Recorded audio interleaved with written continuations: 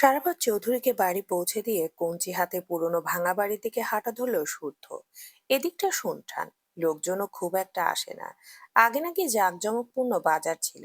একদিন যাতায়াতের সময় কোনো রাগী জিনের নজরে পড়ে এ পাড়ার সবচেয়ে সুন্দরী মেয়েটা। জিন নাকি তাকে বিয়ে করতে চেয়েছিল, কিন্তু মেয়ের বাবা ভাই রাজি না হয়ে পালাতে চেয়েছিল।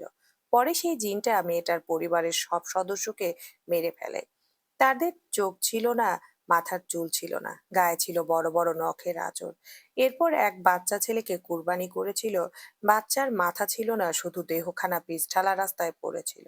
অনেকে বলেছিল বাচ্চাটি নাকি তেঁতুল গাছ ঢিল ছুঁড়ে জিনের ঘুম নষ্ট করেছিল, ফলস্বরূপ তাকে কষ্টদায়ক মৃত্যু দেওয়া হয়েছিল। আর রাস্তার পাশ ঘেঁষে এই ভাঙা বাড়িটি ছিল এক সুদখোরের। সেই লোক সুদের টাকার জোরে পাড়ায় রাজ করে বেড়াতো। কেউ কিছু বললেই বাড়ি থেকে তুলে আনতো, চাঁদা নিত। পাতি নেতাদের সাথে হাত মিলিয়ে পতিতালয়ও খুলেছিল। মাদকদ্রব্য সেবন সহ বেচাকেনার রমরমা ব্যবসা চালাতো। এরপর কিছু সমস্যা হয়েছিল, যার কারণে পতিতালয় বন্ধ করেও দেওয়া হয়েছিল। বেশ কিছুক্ষণ পর সেই লোকের অর্ধনগ্ন লাশ তেঁতুল গাছে ঝুলন্ত অবস্থায় পাওয়া গিয়েছিল। কে মেরেছিল, কেন মেরেছিল জানা যায়নি। তবে তার ভুঁড়ি ছিল না, চার হাত পা মুচড়ানো ছিল। কিছু মানুষের বিশ্বাস এটাও জিনেরই কাজ। তারপরে এ ঘটনা রটিয়ে যাওয়ার এদিকে তেমন কেউ আসে না। বন জঙ্গল ঘন হওয়াতে ভুতুড়ে লাগে দেখতে। এ কারণে শুদ্ধ আগের ল্যাবটা এ পথে করেছিল, যাতে লোকচক্ষুর নজরে না পড়ে। এখন সেখানে কাজ করে না, যাওয়াও হয় না। সেখানে জীবন্ত লাশ ছিল, যার শরীর নিয়ে অনেক রিসার্চ করেছে। ভিন্ন ধরনের মেডিসিন পুশ করে বিপরীত প্রতিক্রিয়া দেখা দিয়েছে। অবশ্য যে কাজের জন্য তাকে আনা হয়েছে সেই কাজ সফল হয়েছে। সেই লাশও সরিয়ে ফেলেছে। আর সেই লাশটা ছিল তার বাবার পুরনো বন্ধু প্রোডক্টর রেজাউল আলমের একমাত্র ছিল ছেলে মাসুদ, যে বড় ভাবিকে রেপ করে সুইসাইড করতে বাধ্য করেছিল। কোটিপতির ছেলে বিধায় আইন ছিল হাতের মুঠোয়। এরপর বিদেশের মাটিতে কিছু বছর থেকে দেশে ফেরা মাত্রই গুম হয়ে যায়। গুমকারীদের থেকে টাকা দিয়ে কিনে শুদ্ধ তাকে রিসার্চের কাজে লাগায়। কার ছেলে, কে সে, কার ভাই, সেসব দেখে না, মনেও রাখে না। তার জীবন্ত শরীর দরকার ছিল, টাকার বিনিময়ে কিনে নিয়েছে। কাজ শেষ, তার চ্যাপ্টারও শেষ। এসব নিয়ে ভাবতে ভাবতে আশেপাশে তাকিয়ে স্বাভাবিক ভঙ্গিতে ভেতরে প্রবেশ করলো শুদ্ধ। বাঁধা ছেলেগুলোর দিকে এক নজর তাকিয়ে সুন্দর করে হাসলো। তারপর কঞ্চিটা আজমের দিকে বাড়িয়ে দিয়ে বলল, সকালের নাস্তা হয়েছে? জি ভাই। শরীর ঠিকঠাক? জি ভাই। গুড। কতটা ঠিকঠাক প্রমাণ দাও দেখি। এটা ধরো, যতক্ষণ ওনাদের কোমরে সাগরের ঢেউ না উঠছে ততক্ষণ থামবে না, ওকে? সময় কম, স্টার্ট করো। শুদ্ধর কথা শুনে আজম বিস্ময়ে চোখ বড় বড় করে তাকালো। কোমরের ঢেউ তুলবে মানে? তাও কঞ্চি দিয়ে? সে আমতা আমতা করে জানালো, হকি স্টিক আছে। শুদ্ধ নাবোধক মাথা নাড়ালো। এটা দিয়ে কাজ সারাতে বলল। আজম কঞ্চির দিকে তাকিয়ে ঘাড় ঘুরিয়ে তাকালো ছেলেগুলোর দিকে। এবার বুঝলো আসল কাহিনী। সে কোনো মতে হাসি আটকে বলল, ভাই, প্যান্ট খুলে নিলে ভালো হইতো না? কেন? প্যান্ট খুলবে কেন? প্যান্ট থাকলে কি প্রেম জাগা মতো পৌঁছাবে না? পৌঁছাতে পৌঁছাচ্ছে কি না দেখি তো। একথা বলে নিজেই একটা ছেলের পশ্চাৎদেশে বরাবর সজোরে বাড়ি বসালো। কঞ্চির বাড়ি পড়তেই ছেলেটা ছটফটিয়ে উঠলে শুদ্ধ বলল, এভাবেই দারুণ হচ্ছে। খুললে আবার পড়ানোর ঝামেলা। স্টার্ট করো। হোম। মারের কথা শুনে ছেলেগুলো ছটফটিয়ে উঠল। কিছু বলতে চাইলে শুদ্ধ ভ্রুক্ষেপ করলো না। সে এখন কিছু শুনবে না, আগে বিচার, তারপর বাকি কথা। পরবর্তীতে চৌধুরী বাড়ির মেয়েদের নিয়ে কিছু বলার টপিক পড়ে। সেদিন বলল কেন, কোন সাহসে বলল, এটার হিসাব আগে হোক। আর বললই যখন, এখন ভয় পাচ্ছে কেন? বাঘের মতো বলে বিড়ালের মতো মিউ মিউ করা ঠিক হচ্ছে না। এই মিউ মিউ করার জন্য আরেক দফা মার জমা হলো। আদেশ পেয়ে আজমও কাজ শুরু করলো। কোনো দিকে না তাকিয়ে বেধড়ক মারতে লাগলো। ছেলেগুলো কাটা মুরগির মতো গো গো শব্দে গোঙাতে লাগলো। একচোট মারা হলে শুদ্ধ বলল, রেস্টুরেন্টে গেলে প্রথমে একটা ওয়েলকাম ড্রিঙ্কস দেওয়া হয়, স্টেট সম্মান দেখানোর জন্য। এখন যেটা পেলেন সেটা তেমনই, যদিও মেন ডিশটা এখনো বাকি। তাছাড়া মেন ডিশ জম্পেশ না হলে ঠিক জমে না, তাই না? আপনারা আমার মেহমান, আপনাদের তো আর যা তা ভাবে আপ্যায়ন করা যায় না। আজম হতবাক হয়ে শুদ্ধর মুখের দিকে তাকিয়ে আছে। কঞ্চির বাড়ি দিয়ে কি সুন্দর করে আপনি সম্বোধন করে কথা বলছে। আজ শুদ্ধর জায়গায় সায়ন থাকলে বাংলা গাড়ির গালি ফোয়ারা ছুটাতো। অথচ এ মানুষটা ভাইয়ের বিপরীত। এদিকে শুদ্ধ নিজের কথা শেষ করে কাউকে ফোন করলো। অপর পাশের মানুষটা দুইবারের বেলায় কল রিসিভ করতে এসে বলল, ইঞ্জেকশন গুলো পাঠিয়ে দিন। এখানে 8 জন আছে। আরে হ্যাঁ, এগুলো পুশ করলে জীবনেও বাবা ডাক শুনতে পারবে না। যারা পথে ঘাটে মেয়েদের বাজে কথা বলে তাদের ঘরে সন্তান জন্মানোই উচিত না। দুটো পাঠান। ফোনের অপর পাশের মানুষটার সঙ্গে আরো কিছু ব্যাপারে কথা সারলো। তারপর ফোন পকেটে ঢুকিয়ে বিনীয় সুরে বলল, আপনাদের স্পেশাল ডিশ রেডি হয়ে আছে, এক্ষুনি এসে যাবে। বিসমিল্লাহ বলে পুশ করে দিলে কাজ শেষ। আচ্ছা, আপনারা কি ভয় পাচ্ছেন? চোখ মুখ এত শুকিয়ে গেছে কেন? কেমিক্যাল মেশানো পানি আনবো, একটু খাবেন? ঘামছেন কেন? প্রেশারের সমস্যা আছে নাকি? মরিচের গুঁড়া গায়ে ডলে দিলে বাতাস করি? কোনটা করলে খুশি হবেন বলুন। আপনারা আমার মেহমান, আপনারা যেটা বলবেন আমি করতে রাজি আছি।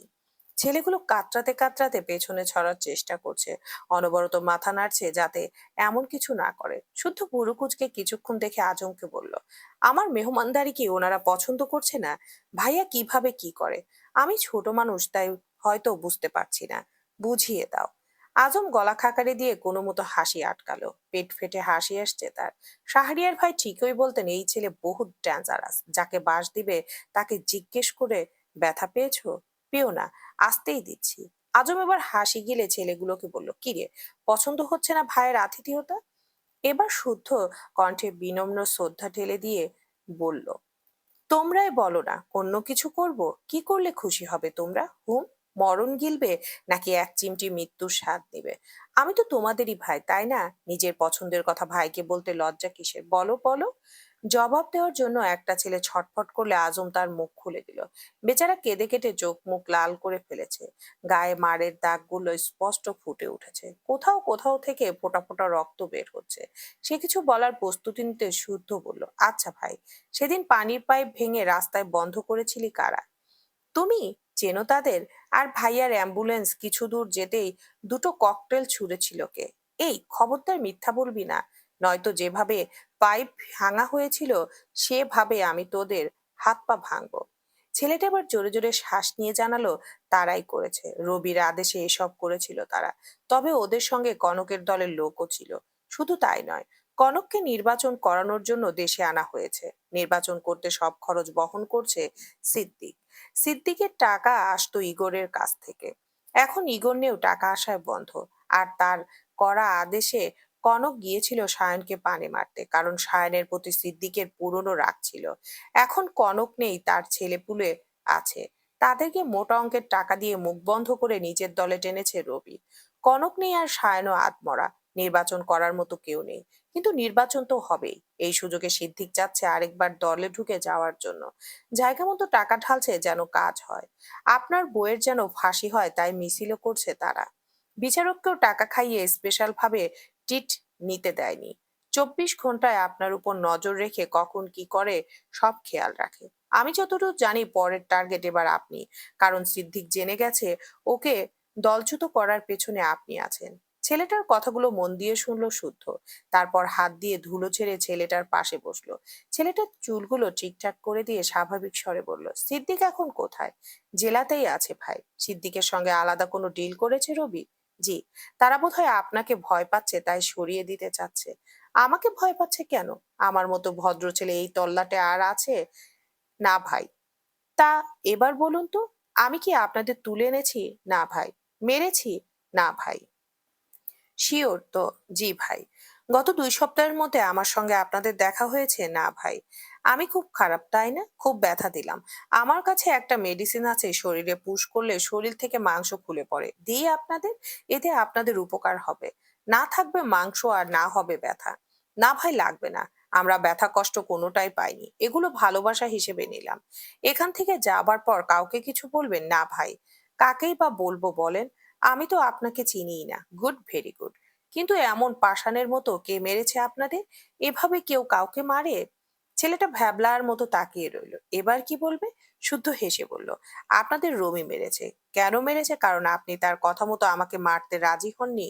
ওকে, এবার বলুন দেখি আপনাদের কে মেরেছে? রবি। কেন মেরেছে? তার কথা মতো আপনাকে মারেনি তাই। বাহ বাহ, এক পড়াতেই পিএইচডি কমপ্লিট।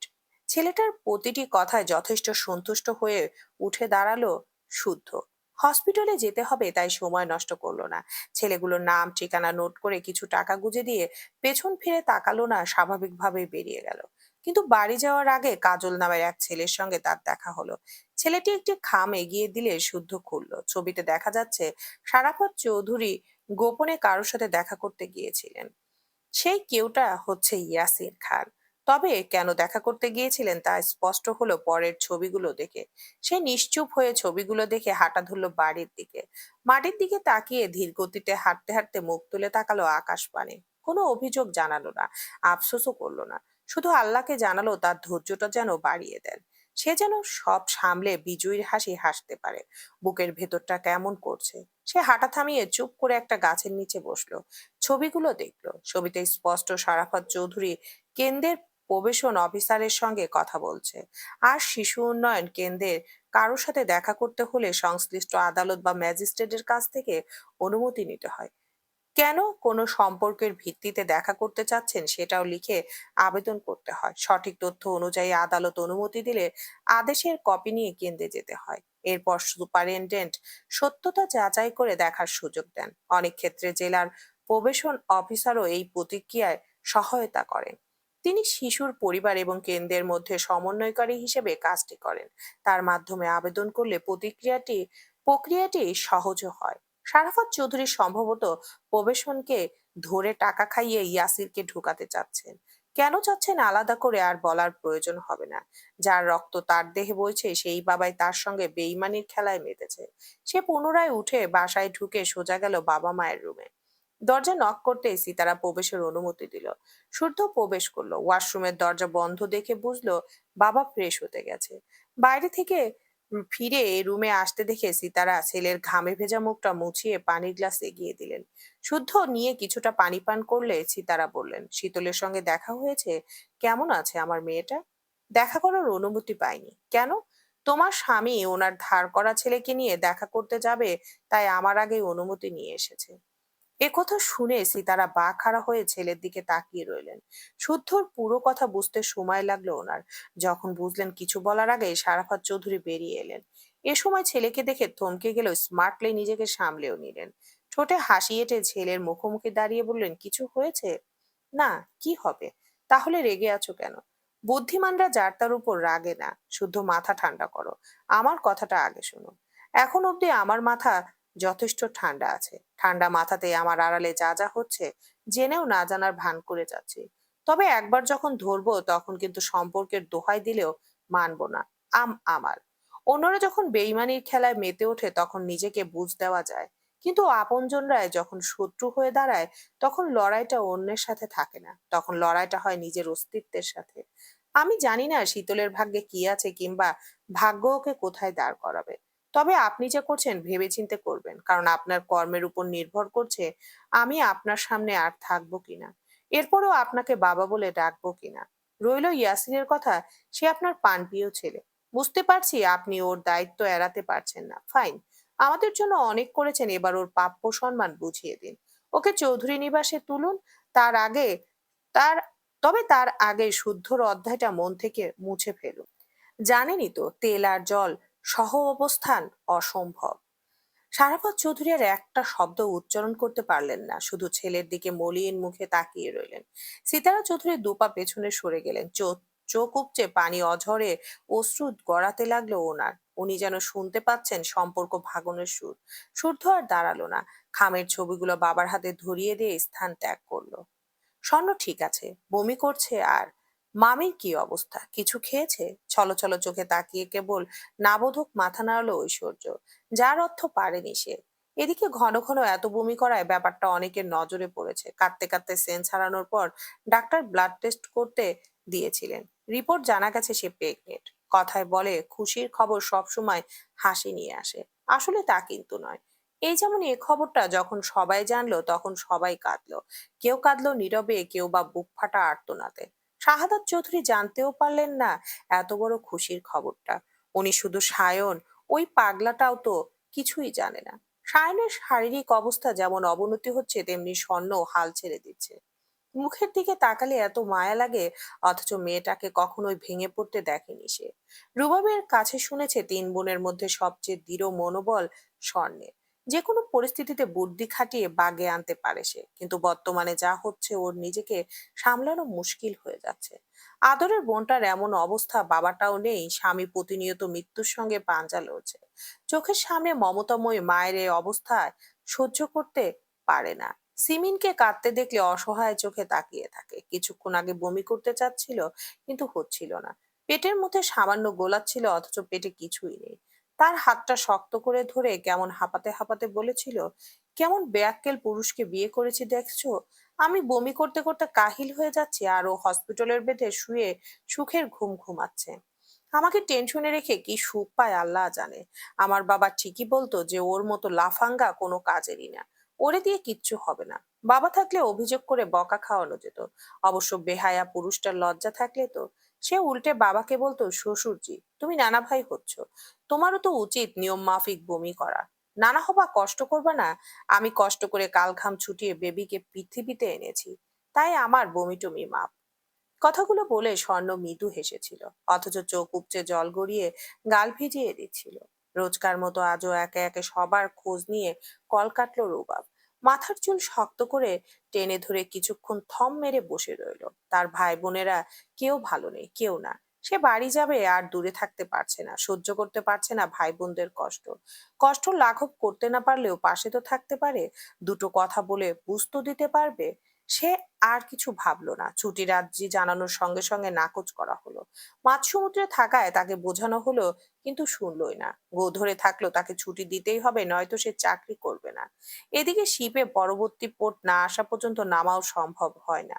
ব্যক্তিগত কারণে হেলিকপ্টার সার্ভিস পাওয়াও প্রায় অসম্ভব। পরে তার মানসিক অবস্থার কথা চিন্তা করে কর্তৃপক্ষ বিশেষ বিবেচনায় ইমার্জেন্সি লিভ দিয়ে নিকটবর্তী বন্দরে নামিয়ে দেওয়ার ব্যবস্থা করলো।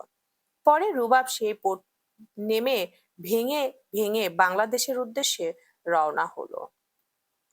অসময়ের করাঘাতে দিন যাচ্ছে দিনের মতোই। এরই মধ্যে কেটে গেছে আরো দুটো সপ্তাহ। সেদিনের পর থেকে শুদ্ধর সঙ্গে সারাপাত চৌধুরীর দেখা হলেও কোনো কথা হয়নি। বাড়িতে থাকাকালীন চোখাচোখি হলে শুদ্ধ নিখুঁত ভাবে এড়িয়ে গেছে।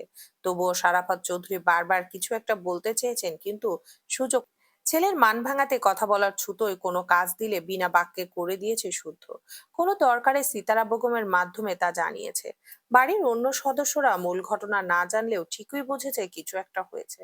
তবে বর্তমান পরিস্থিতিতে কেউ কথা বাড়ায়নি। এমনকি সবার নজরে পড়েছে শুদ্ধ দুদিনেও বাড়িতে আসে না, ঠিকভাবে মতো খায় দায়ও না। এমনকি কথা কম বলে, কিন্তু ইদানিং আরো কমে গেছে। তাকে দেখা যাচ্ছে সায়নের পার্টি অফিসে, নতুবা আগের ভাড়া করা ফ্ল্যাটে, যেখানে সায়নের ছেলেপুলেরা থাকে। এদিকে শুদ্ধ সায়নের নামে পুরোদমে প্রচারণা চালিয়ে যাচ্ছে। সে আর যাই হোক, ভাইয়ের স্বপ্ন এত সহজে ভাঙতে দেবে না। তার বিশ্বাস সায়ন ফিরবে। অন্যদিকে শীতলের কেসের তদন্ত চলছে। কখনো পুলিশ শুদ্ধকে ডেকে, কখনো ওনারাই বাড়িতে আসে। বাড়ির সদস্যদের বসিয়ে নানা প্রশ্ন করে নোট করে নিয়ে যায়। আশা করা যাচ্ছে সামনের সপ্তাহের মধ্যে শীতলের শুনানি ঘোষণা করা হবে। এসবের মধ্যে গতকাল দুপুরে নির্বাচন অফিস থেকে একটা চিঠি এসেছে। সায়নের হয়ে কাউকে দেখা করার কথা জানিয়েছে, তাই শুদ্ধ আজ নিজে এসেছে কথা বলতে। তার উপস্থিতিতে উচ্চ পদস্থ কর্মকর্তা বিনয়ীভাবে ওনার চেম্বারে ডেকে কুশল বিনিময় করলেন। বাড়ির সবার খোঁজ খবর নিলেন। সায়নের জন্য খুব আফসোস করলেন। সামনের দিনগুলোতে ভালো কিছু হওয়ার আশ্বাস দিলেন। এভাবে তালে তালে উনি কথার মোড় ঘুরালেন নির্বাচনের দিকে। ধীরে ধীরে মূল টপিকে এলেন। শুদ্ধ বরাবরই জেন্টালম্যান, সে বলে কম শোনে বেশি, এবং অপর পক্ষকেও বলার সুযোগ দেয়। যে কোনো কথায় না ভেবে পাল্টা জবাব দেওয়া তার স্বভাবে নেই। তার মুখ তার জবান। সে সর্বদা চেষ্টা করে তার কথায় যেন পড়ে তাকেই আফসোস পরে তাকে আফসোস না করতে হয়। এমনটা যেন মনে না হয়, এটা বললেই ভালো হতো। আজকেও ঠিক তাই হলো। অফিসার ঠান্ডা মাথায় বসে থাকা সুদর্শন পুরুষটাকে সময় নিয়ে কথা দিয়ে বাজিয়ে দেখলেন। তীক্ষ্ণ নজরে দেখে নিলেন শুদ্ধর মুখের ভঙ্গি। সব ইতিবাচক বুঝে এবার মোক্ষম টোপটা ফেলতে বিনয়ী স্বরে জানালেন, যদিও কথাটা বলতে আমার খুব খারাপ লাগছে, কিন্তু না বলে পারছি না। সায়ন যেহেতু বর্তমানে নির্বাচন করার অবস্থাতে নেই, তাই তার প্রার্থিতা প্রত্যাহার করা উচিত। কারণ ওর সুস্থতা সবার আগে। তাছাড়া বিজয়ী যেই হোক, জনগণের সেবাই হচ্ছে মুখ্য বিষয়, তাই না? এবার প্রত্যাহার করুক, সামনের বার না হয় আবার চেষ্টা করবে। ভাগ্যে থাকলে মেয়রও হবে। আর আমরা ভাবছি এখনকার কথা। এখন তো একজনকে দায়িত্ব নিতে হবে, জনগণের পাশে দাঁড়াতে হবে। একটা শহরের অভিভাবক মেয়র, জনগণ তাদের সমস্যার কথা মেয়রকে জানায়। এখন মেয়র পদে যদি নড়বড়ে থাকে তাহলে কিভাবে হবে বলুন? তাই বলছিলাম যে একটা সময় সায়ানের সঙ্গে আবু সিদ্দিকের সম্পর্ক খুব ভালো ছিল। সিদ্দিক ভাই মানুষ হিসেবেও যথেষ্ট ভালো মানুষ। আশা করি মেয়ের হিসেবেও খারাপ হবে না। এইটুকু বলে উনি থামলেন। শুদ্ধ ঠান্ডা মাথায় ওনার কথা শুনলো, তারপর ধীর লয়ে জবাব দিল, আমিও বিশ্বাস করি সিদ্দিক স্যার যথেষ্ট ভালো মানুষ, মেয়ের হিসাবে যোগ্য প্রার্থী। তবুও এখানে একটা প্রশ্ন থাকে যাচ্ছে। কি প্রশ্ন? যদিও আমি রাজনীতির মানুষ নই, এসব ব্যাপারে খুব একটা ধারণাও নেই, তবে যতটুকু জানি ব্যালট পেপারে যেহেতু শাহরিয়ার চৌধুরীর নামও প্রতীক উঠে গেছে এবং নামে প্রচারণাও চলমান, অর্থাৎ আইনত তিনিই প্রার্থী। তাহলে এই মুহূর্তে প্রার্থী পরিবর্তন করা কিভাবে সম্ভব? শুদ্ধর কথা শুনে অফিসারের ঠোঁটের কোণে ফিসেল হাসি দেখা গেল। আশার আলো জ্বলতে দেখে দরজার দিকে একবার তাকিয়ে বললেন, আপনি চাইলে সব সম্ভব। যেমন? যেহেতু আপনার ভাইয়ের জীবন মৃত্যুর সন্ধিক্ষণে এবং সুষ্ঠু নির্বাচনের পরিবেশ ব্যাহত হচ্ছে, এসব নিয়ে আপনি আদালতের কাছে নির্বাচন স্থগিতের আবেদন করতে পারেন। যদিও কোনো গোলযোগ ছাড়া কমিশন ভোট স্থগিত করতে চায় না, তবুও করেন। আর মেন পয়েন্ট হচ্ছে আমরা তো আছি, আমরা যথাসাধ্য চেষ্টা করব যাতে কাজ হয়। ওনার কথা শুনে শুদ্ধ ভুরুকুটি করে তাকালো, তারপর মৃদু হেসে জবাব ছুড়ল, আমি তো আবেদন করব না। কেন? কারণ আমার ভাইয়ের স্বপ্ন মেয়র পদে নিজেকে দেখা, জনসাধারণের পাশে দাঁড়ানো। আহা, তা তো বুঝলাম, কিন্তু সে সুস্থ না। সুস্থ থাকলে না হয়। সুস্থ নেই, তবে মরে যায়নি। যতক্ষণ না কাফনে মুড়িয়ে আমি আমার ভাইকে কবরে শোয়াবো ততক্ষণ পর্যন্ত নির্বাচন স্থগিত হবে না। না মানে না। এবার বোঝাতে পারলাম? সামনে বসা ছেলেটাকে স্মার্টলি প্রত্যাখ্যান করতে দেখে অফিসার দমে গেলেন। এরপর কিছু একটা ভেবে দ্বিতীয় টোপটা ফেললেন, গলা খাকারি দিয়ে নিচু স্বরে বললেন, আবেগ দিয়ে জীবন চলবে না মিস্টার সোয়াইপ। আপনি বুঝদার, শিক্ষিত ছেলে। আপনি নিজেও জানেন আপনার ভাইয়ের যা অবস্থা, রিকভার করবে কিনা সন্দেহ। এর চেয়ে উত্তম যা খরচ হয়েছে স্থগিত করলে তার থেকে ডাবল পেয়ে গেলেন। আপনি আবেগে পড়ে স্থগিত করলেন না, আবার দেখা গেল ভাইটাও মারা গেল। তখন আমও গেল, সালাও গেল। ওই রকম হয়ে যাবে না? গেলে যাক, তবে আমার ভাই বেঁচে থাকুক বা না থাকুক, আপনি আপাতত মুখ বন্ধ রাখুন। মরাটরার কথা উচ্চারণ করার থেকে বিরত থাকুন। সত্যি বলতে আপনার কথা শুনতেও ইচ্ছা করছে না আমার। আসলে কি হয়েছে কি, আমি দেখতে ভদ্রলোক হলেও আসলে কিন্তু তা নয়। প্রমাণ দিই। কথাটা বলে প্যান্টের পকেট থেকে ফোন বের করে লাউডে দিয়ে বলল, এটা তো আপনার কণ্ঠস্বর, তাই না? এ- এই মাত্র টাকার অফার করলেন নাকি? ওমা, তাই তো। তা সিদ্দিক সাহেবের মাধ্যমে অফারটা এসেছে বুঝি? ওনাকে বলে দিবেন এগুলো ওল্ড প্ল্যান, নতুন কিছু যেন ট্রাই করে। শুদ্ধর কথা এবং কাজে অফিসার থেমে গেছেন। উনি বিস্ময়ে চোখ বড় বড় করে তাকিয়ে আছেন। শুদ্ধ ধীরে সুস্থে বসা থেকে পেছনে ঘুরতে উনি হঠাৎ বলে বসলেন, সুবহানা চৌধুরী আপনার ওয়াইফ, তাই না? খুনের দায়ে জেল খাটছে। ওনার কটাক্ষ করা কথায় থমকে দাঁড়িয়ে গেল শুদ্ধ। ঘুরে ঠোঁটের কোণে হাসি এঁটে ঠান্ডা স্বরে জবাব দিল, জি। ভাইকে নিয়ে এত বেশি ভাবছেন, এবার বউটাকে নিয়েও ভাবা উচিত। ভাবি তো, ভাবি বলে বউয়ের জন্য বুক ফুলিয়ে গর্ব করি। কেন করব না বলুন? আমার বউ তার বড় ভাইকে বাঁচাতে খুন করেছে, খারাপ কি? এখন খুনের দায়ে যদি তার জেল ফাঁসি হয়, যেটাই হোক আমার আফসোস। বরং আফসোস তখন হতো যাকে মেরেছে সে যদি বেঁচে থাকতো। এ কথা বলে শুদ্ধ মুচকি হেসে বেরিয়ে গিয়ে কি ভেবে যেন ফিরে এলো, তারপর দরজা বরাবর দাঁড়িয়ে বলল, আপনার পেছনে লোক লাগিয়ে ফোন চুরি ডাকাতি করার প্ল্যান করেও লাভ হবে না। আপনার বলা কথা রেকর্ড হয়ে অলরেডি 10 জনের কাছে ফরওয়ার্ড হয়ে গেছে। আমার পেছনে লোক লাগিয়ে ফোন চুরি ডাকাতি করার প্ল্যান করেও লাভ হবে না। আপনার বলা কথা রেকর্ড হয়ে অলরেডি 10 জনের কাছে ফরওয়ার্ড হয়ে গেছে। আমার ফোন হারালেও আরো 10টা ফোনে কিন্তু প্রমাণ রয়ে গেছে। তাই বলছি, শুধু শুধু কষ্ট করে সময় নষ্ট করবেন না। দিল খোলা মানুষ আমি, তাই বারণ করলাম। তারপরেও দেখেন যা ভালো মনে করেন। তবে হ্যাঁ, নিজের ভালোটা বুঝে নিয়েন আর আমাকেও ভালো থাকতে দিয়েন। সঙ্গে এটাও মনে করিয়ে দিচ্ছি, আমাকে ঘাটলে আমি কিন্তু সব ঘেটে করে ছাড়বো বলে দিলাম। কথা শেষ করে আপন মনে হাঁটা ধরলো শুদ্ধ। আর অফিসার এই ছেলের বুদ্ধিমত্তা দেখে হতবাক হয়ে তাকিয়ে রইল। উনি সত্যি সত্যি ভাবছিলেন লোক লাগিয়ে শুদ্ধর ফোন হাতাতে, যাতে প্রমাণ লোপাট করতে পারে। কিন্তু কি হলো এটা?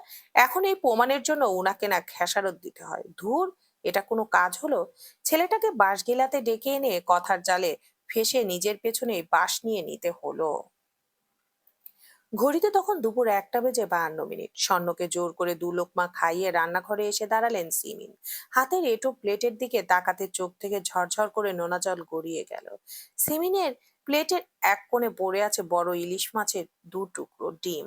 সায়ন শীতল ইলিশের ডিম কি যে পছন্দ করে! তারা যদি থাকতো এতক্ষণে চেঁচামেচি করে কাড়াকাড়ি করে হলেও খেত। স্বর্ণ এমনিতেই খেতে পারে না, গন্ধ লাগে, শুধু ভাত পানি দিয়ে গিলে খেলেও বমি করে। দিনকে দিন মেয়েটা এত শুকিয়ে যাচ্ছে দেখলে বুক ফেটে কান্না আসে। ভেবেছিলেন মাছের ডিমটা যদি একটু খায়, কিন্তু কোনোভাবেই খাওয়াতে পারেননি। মেয়েটা শুধু নীরবে চেয়েছিল ডিমটার দিকে, তারপর মলিন স্বরে হঠাৎ বলে বসলো, জেলে ইলিশের ডিম টিম কিছু দেয়? দেয় আম্মু? আমার বোনটা, আমার তোতা পাখিটা ভালো মন্দ কিছু খেতে পায়? এই খাবো না, সেই খাবো না করলে কেউ কি তোমার মতো বকতে বকতে ডিম ভেজে দেয়? ডিম ভাজা ডিম খেয়ে পাগলিটা গাল ফুলিয়ে খায় তো, নাকি নাকি ডিম না পেয়ে কাঁদতে বসে? আমি তো নেই, মন মতো কিছু না পেলে এখনকার কাছে অভিযোগ করে। উনি জবাব দিতে পারেননি। কান্নারা গলায় দলা পাকিয়ে কণ্ঠস্বর চেপে আসছিল। হাউমাউ করে কাঁদতে ইচ্ছে করছিল, কিন্তু না। বহু কষ্টে কান্না আটকে কোনো মতো বলেছেন, আমি কালই রান্না করে নিয়ে যাব, এখন তুমি খাও। একজনকে না হয় খাওয়াবে, কিন্তু আরেকজন, ওকে কি করবে? সেও সুস্থ হয়ে ফিরুক, ওকেও খাওয়াবো। তাহলে ওরা আগে ফিরুক, তখন না হয় একসাথে বসে খাবো। এভাবে একের পর এক পাল্টা যুক্তিতে না পেরে ফিরে আসতে হয়েছে। স্বর্ণ সাদা ভাত খেয়ে একটু শুয়েছে। কিছুক্ষণ আগের কথা ভেবে উনি দ্রুত চোখ মুছে হাত ধুয়ে নিলেন। এঁটো প্লেট ধুয়ে নিজের রুমে এলেন। মেয়েদের মুখের দিকে তাকিয়ে একটু একটু করে উনি নিজেকে সামলে নিচ্ছেন। যা গেছে সেটা ফিরে পাবেন না। মেয়ে দুটোর দিকেও তাকাতে হবে, তাদের কথাও ভাবতে হবে। দুটো মেয়ে বাবা ভক্ত ছিল, বাবাকে কাছে পেত না, এই জন্য বাবার সঙ্গে সুখ দুঃখ স্বর্গ সুখ ভাবতো। কিন্তু সেই বাবাই তাদের ফাঁকি দিয়ে চলে গেল, হারিয়ে গেছে চিরতরে, মিশে গেছে শক্ত মাটির সঙ্গে। এখন যদি উনিও ভেঙে পড়েন তাহলে কি হবে? তাদের কে দেখবে? এসব ভেবে নিজে নিজেকে বুঝ দেন, কিন্তু পরক্ষণে অসহায় লাগে, খুব একা লাগে। এখনো কল্পনা করতে পারে না যার হাত ধরে এই বাড়িতে এসেছিলেন, যার সঙ্গে এতগুলো দিন কাটিয়েছিলেন, ছায়ার মতো যিনি পরম যত্নে আগলে রেখেছিলেন, সেই মানুষটাই আর নেই। কি অদ্ভুত! কদিন হলো রুবাব দেশে ফিরেছে। এসেই পরের দিন শীতলকে দেখতে ছুটেছিল। রুবাবের সঙ্গে উনিও গিয়েছিলেন। যাওয়ার আগে শুদ্ধ করে বোঝালো শীতলের সামনে না কাঁদতে, কিন্তু পারলেন না। মেয়ের বন্দি দশা দেখে বুক ফেটে চোখ উপচে অঝরে পানি ছুটতে লাগলো। বিনা কারণে গলা ফাটিয়ে আম্মু আম্মু ডেকে কান ঝালাফালা করা তোতা পাখি বন্দি হয়ে পড়ে আছে। চারবেলা খেতে বসে যার বায়নার শেষ থাকতো না, সে কি খাচ্ছে না খাচ্ছে দেখতে পাচ্ছেন না। বিয়ের পর শীতলের স্বাস্থ্য একটু ভালো হলেও এখন বেহাল দশা। দুধে আলতায় গায়ের রংটা কেমন ফ্যাকাশে হয়ে গেছে, চোখের নিচে কালি, এলোমেলো বেশভূষা। রুবাব নিজেও শীতলকে দেখে কান্না আটকাতে পারেনি।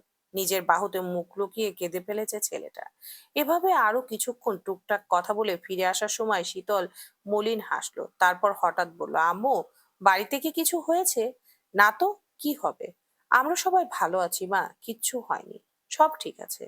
তাহলে সেদিন ওর মুখটা শুকনো ছিল কেন? আমার কাছে কি কিছু লুকোচ্ছ? লুকিও না। আমি জানি মানুষটা ভালো নেই, সবাই যদি চাপ দাও কিভাবে হবে বলো তো? ও তো খুব কাছের কেউ ছাড়া কারোর সঙ্গে তেমন ফ্রি না। বাড়ির সবাই জানে মুখ চোরাসে। আর দুই ভাই টম এন্ড জেরির মতো ঝগড়া করলেও একে অপরকে ছাড়া থাকতো না, থাকতেই পারে না। সেই ভাইটা সুস্থ নেই, ভালো নেই, ডাক্তাররাও হাল ছেড়ে দিতে বলেছে। তার উপরে আমার কাছে আসে, কেস নিয়ে দৌড়াদৌড়ি করে। ওর ক্লান্ত নির্ঘুম মুখের দিকে তাকালে আমাকে আর বাড়িতে কিছু বলতে হয় না। ঠিকই টের পায় ওর বুকের তোলপাড়। সেদিন এসে চুপ করে শুধু তাকিয়েছিল। আমিও ওর অভিমানী চাহনি বুঝেছি, বুঝেছি অভিমানের কারণ। ওর দিকে খেয়াল রেখো আম্মু, মেরে ধরে হলেও ঠিক মতো খাওয়ানোর চেষ্টা করো। সেই মুহূর্তে মেয়ের মুখের দিকে অবাক হয়ে তাকিয়েছিলেন। ওনার ছোট্ট শীতল কত বড় হয়ে গেছে। যে ডিমের ভাগ ছাড়তে নারাজ থাকতো, আজ সে কত সুন্দর করে ভাবতে শিখেছে, বুঝতে শিখেছে, চিনতে শিখেছে। উনি মেয়ের কথা শুনে সেদিন থেকে যত রাত হোক শুদ্ধর জন্য অপেক্ষা করেন। না ফিরলে কল করে জানান বসে আছেন। তখন তড়িঘড়ি করে পাগলটা আসে। দেরিতে ফিরে ওনাকেই বকতে শুরু করে। বকা শুনতে শুনতে খাবার বেড়ে দিলে তাকে খাওয়াতে গিয়েও আরেক দফা কাঁদতে হয়। ওই বেচারা টেবিলে বসে খাবার গিলতে পারে না। একবার সায়নের চেয়ারের দিকে তাকায় তো একবার শীতলের চেয়ারের দিকে। ওনার সামনে থেকে উঠতে পারে না। পানি দিয়ে খাবার গেলার কত যে চেষ্টা তার। এই তো এভাবেই দিনগুলো যাচ্ছে। দেখতে দেখতে আরো কিছুদিন কেটে গেল। জানা গেল শীতলের কেস তদন্তর কাজ শেষ। শুনানিতে যা রায় হবে সেটাই হবে শীতলের সাজা। তবে শতরূপা সহ সবাই আশাবাদী শীতল জামিন পাবে, কারণ যা ঘটেছে সেটা আত্মরক্ষার জন্য হয়েছিল। আগামীকাল শীতলের শুনানি, এই নিয়ে চিন্তিত বাড়ির প্রতিটা সদস্য। সেই সঙ্গে আজ শুদ্ধর জীবনেও বিশেষ একটি দিন। দীর্ঘ কয়েক বছর নির্ঘুম রাতের ক্লান্তির ফল হিসেবে তার একটি আবিষ্কার সফল হয়েছে। তার তৈরি করা অ্যালঝেইমার বা পার্কিনসন রোগের ওষুধটি মানব কল্যাণের কাজে লাগবে। তবে আবিষ্কার করলেই তা ওষুধ হয়ে যায় না। নিজেরা সাকসেস হয়ে বিশ্বের জন্য বাঘা বাঘা বিজ্ঞানীদের কাছে পরীক্ষা করতে পাঠিয়েছিল। ওনারা দীর্ঘদিন ধরে পরীক্ষা নিরীক্ষা করে আজই জানিয়েছেন যে এটা প্রকাশিত হবে। আর পাবলিকেশন হয়ে যাওয়া মানে অফিসিয়ালি পৃথিবীর মানুষ জেনে যাওয়া। টিভিতে এই নিয়ে শিরোনাম হচ্ছে, তবে শুভ্র আগ বাড়িয়ে বাড়ির কাউকে বলেনি টিভির খবর, আর আত্মীয়দের ফোন কলে জেনেছে। আসলে যারা এসব নিয়ে মাতামাতি করতো তারাই নেই। শুদ্ধ বেডে বসে চুপ করে দেয়ালে টাঙানো ছবিটার দিকে তাকিয়ে আছে। গায়ে হলুদের দিন হাতে আঁচল বেঁধে নিয়ে যাওয়া মুহূর্তটুকু বড় করে টানিয়েছিল শীতল। ছবিটা ভীষণ সুন্দর, যতবার দেখে মন জুড়িয়ে আসে। এদিকে একের পর এক ফোন কল আসছে, দেখেও শুদ্ধ রিসিভ করছে না। এখন কারো অভিনন্দন বার্তা শুনতে ইচ্ছে করছে না। জীবনে যখন সফলতা আসে তখন চেনা অচেনা শুভাকাঙ্ক্ষীর অভাব হয় না, অথচ খারাপ সময়ে এরাই পাশে থাকে না। পাশের ফোন কল রিসিভ না করলেও হঠাৎ তার আরেকটা ফোনের টোন বেজে উঠতে শুদ্ধ তড়িৎ উঠে বসলো। চট করে কল রিসিভ করতে একজন মহিলা কণ্ঠস্বর ভেস কানে লাগলো। আপনি কি সুবহানার স্বামী মিস্টার শোয়েব? যে কিছু হয়েছে? সুবহানা ঠিক আছে? আপনি এখনই সদর হাসপাতালে চলে আসুন। কেন, কি হয়েছে ওর? হ্যালো হ্যালো কথা বলছেন না কেন? হ্যালো। ওর নাকি পেটে ব্যথা, আপনি আসুন। শুদ্ধ আর কিছু বলার আগেই কলটা কেটে গেল। সেও দাঁড়ালো না, দৌড়ে বাড়ি থেকে বের হলো। সিমিন স্বর্ণকে নিয়ে গেছেন ডাক্তারের কাছে, আর সিরাজ শামু সৃজন নিয়ে গেছে মায়ের বাড়ি। বাকি পুরুষ সদস্যরা যে যার কর্মস্থলে। সিতারা ছাদে গেছে শুকনো কাপড় তুলতে। ছাদ থেকে শুদ্ধকে গাড়ি নিয়ে বের হতে দেখে সিতারা ভুরু কুঁচকে তাকিয়ে রইলেন। একবার ডাকলেনও, তবে শুদ্ধ শুনতে পেল না। তবে গাড়ির গতি বাড়িয়ে ছুটলো সদর হাসপাতালের দিকে। এদিকে শীতল কয়েকদিন ধরে পেটের ব্যথায় ভুগছিল। শিশু উন্নয়ন কেন্দ্রের ডাক্তাররা ভেবেছিলেন সাধারণ সমস্যা, তাই ব্যথা কমানোর মেডিসিন দিয়েছিল। কিন্তু ব্যথার তীব্রতা আর শীতলের শারীরিক অবস্থার অবনতি দেখে তাকে জরুরি ভিত্তিতে সদর হাসপাতালে পাঠানো হয়েছে।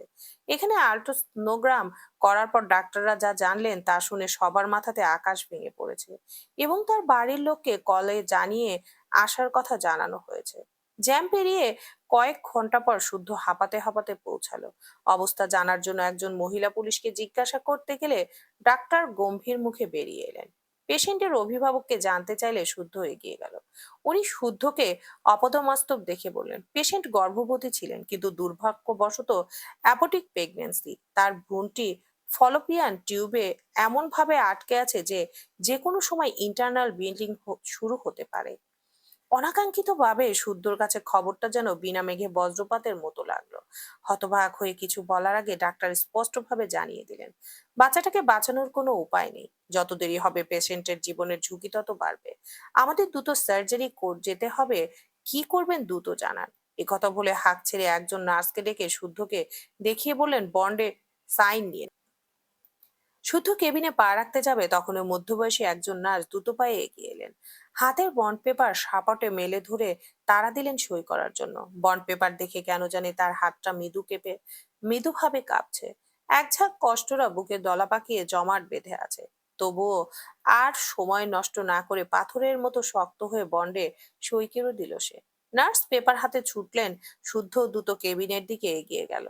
দরজায় দাঁড়িয়ে দেখলো শীতল পেট চেপে ধরে গুমড়ে গুমড়ে কাঁদছে। কারো উপস্থিতি বুঝে ঘাড় ঘুরিয়ে তাকে দেখা মাত্রই হাউমাউ করে কেঁদে উঠলো। যন্ত্রণায় নীল হয়ে যাওয়া শরীর নিয়ে কোনো মতো পেট আঁকড়ে ধরে উঠে বসলো। তাকে উঠতে দেখে শুদ্ধ দ্রুতে গিয়ে বুকে আগলে নিল। যত্ন করে মাথাটায় হাত বুলালেও তার মুখটা দিয়ে একটা শব্দও বের হলো না। তখন শীতলী ফুপাতে ফুপাতে বলল, পেপে পেটে বাবু। পেটের অসহ্য ব্যথায় কুঁজো হয়ে যাচ্ছে মেয়েটা, তবুও দুই হাতে পরম মমতায় নিজের গর্ভকে রক্ষা করার চেষ্টা করে যাচ্ছে। তার কথাতে বুঝতে বাকি নেই তাকে সবটা জানানো হয়েছে।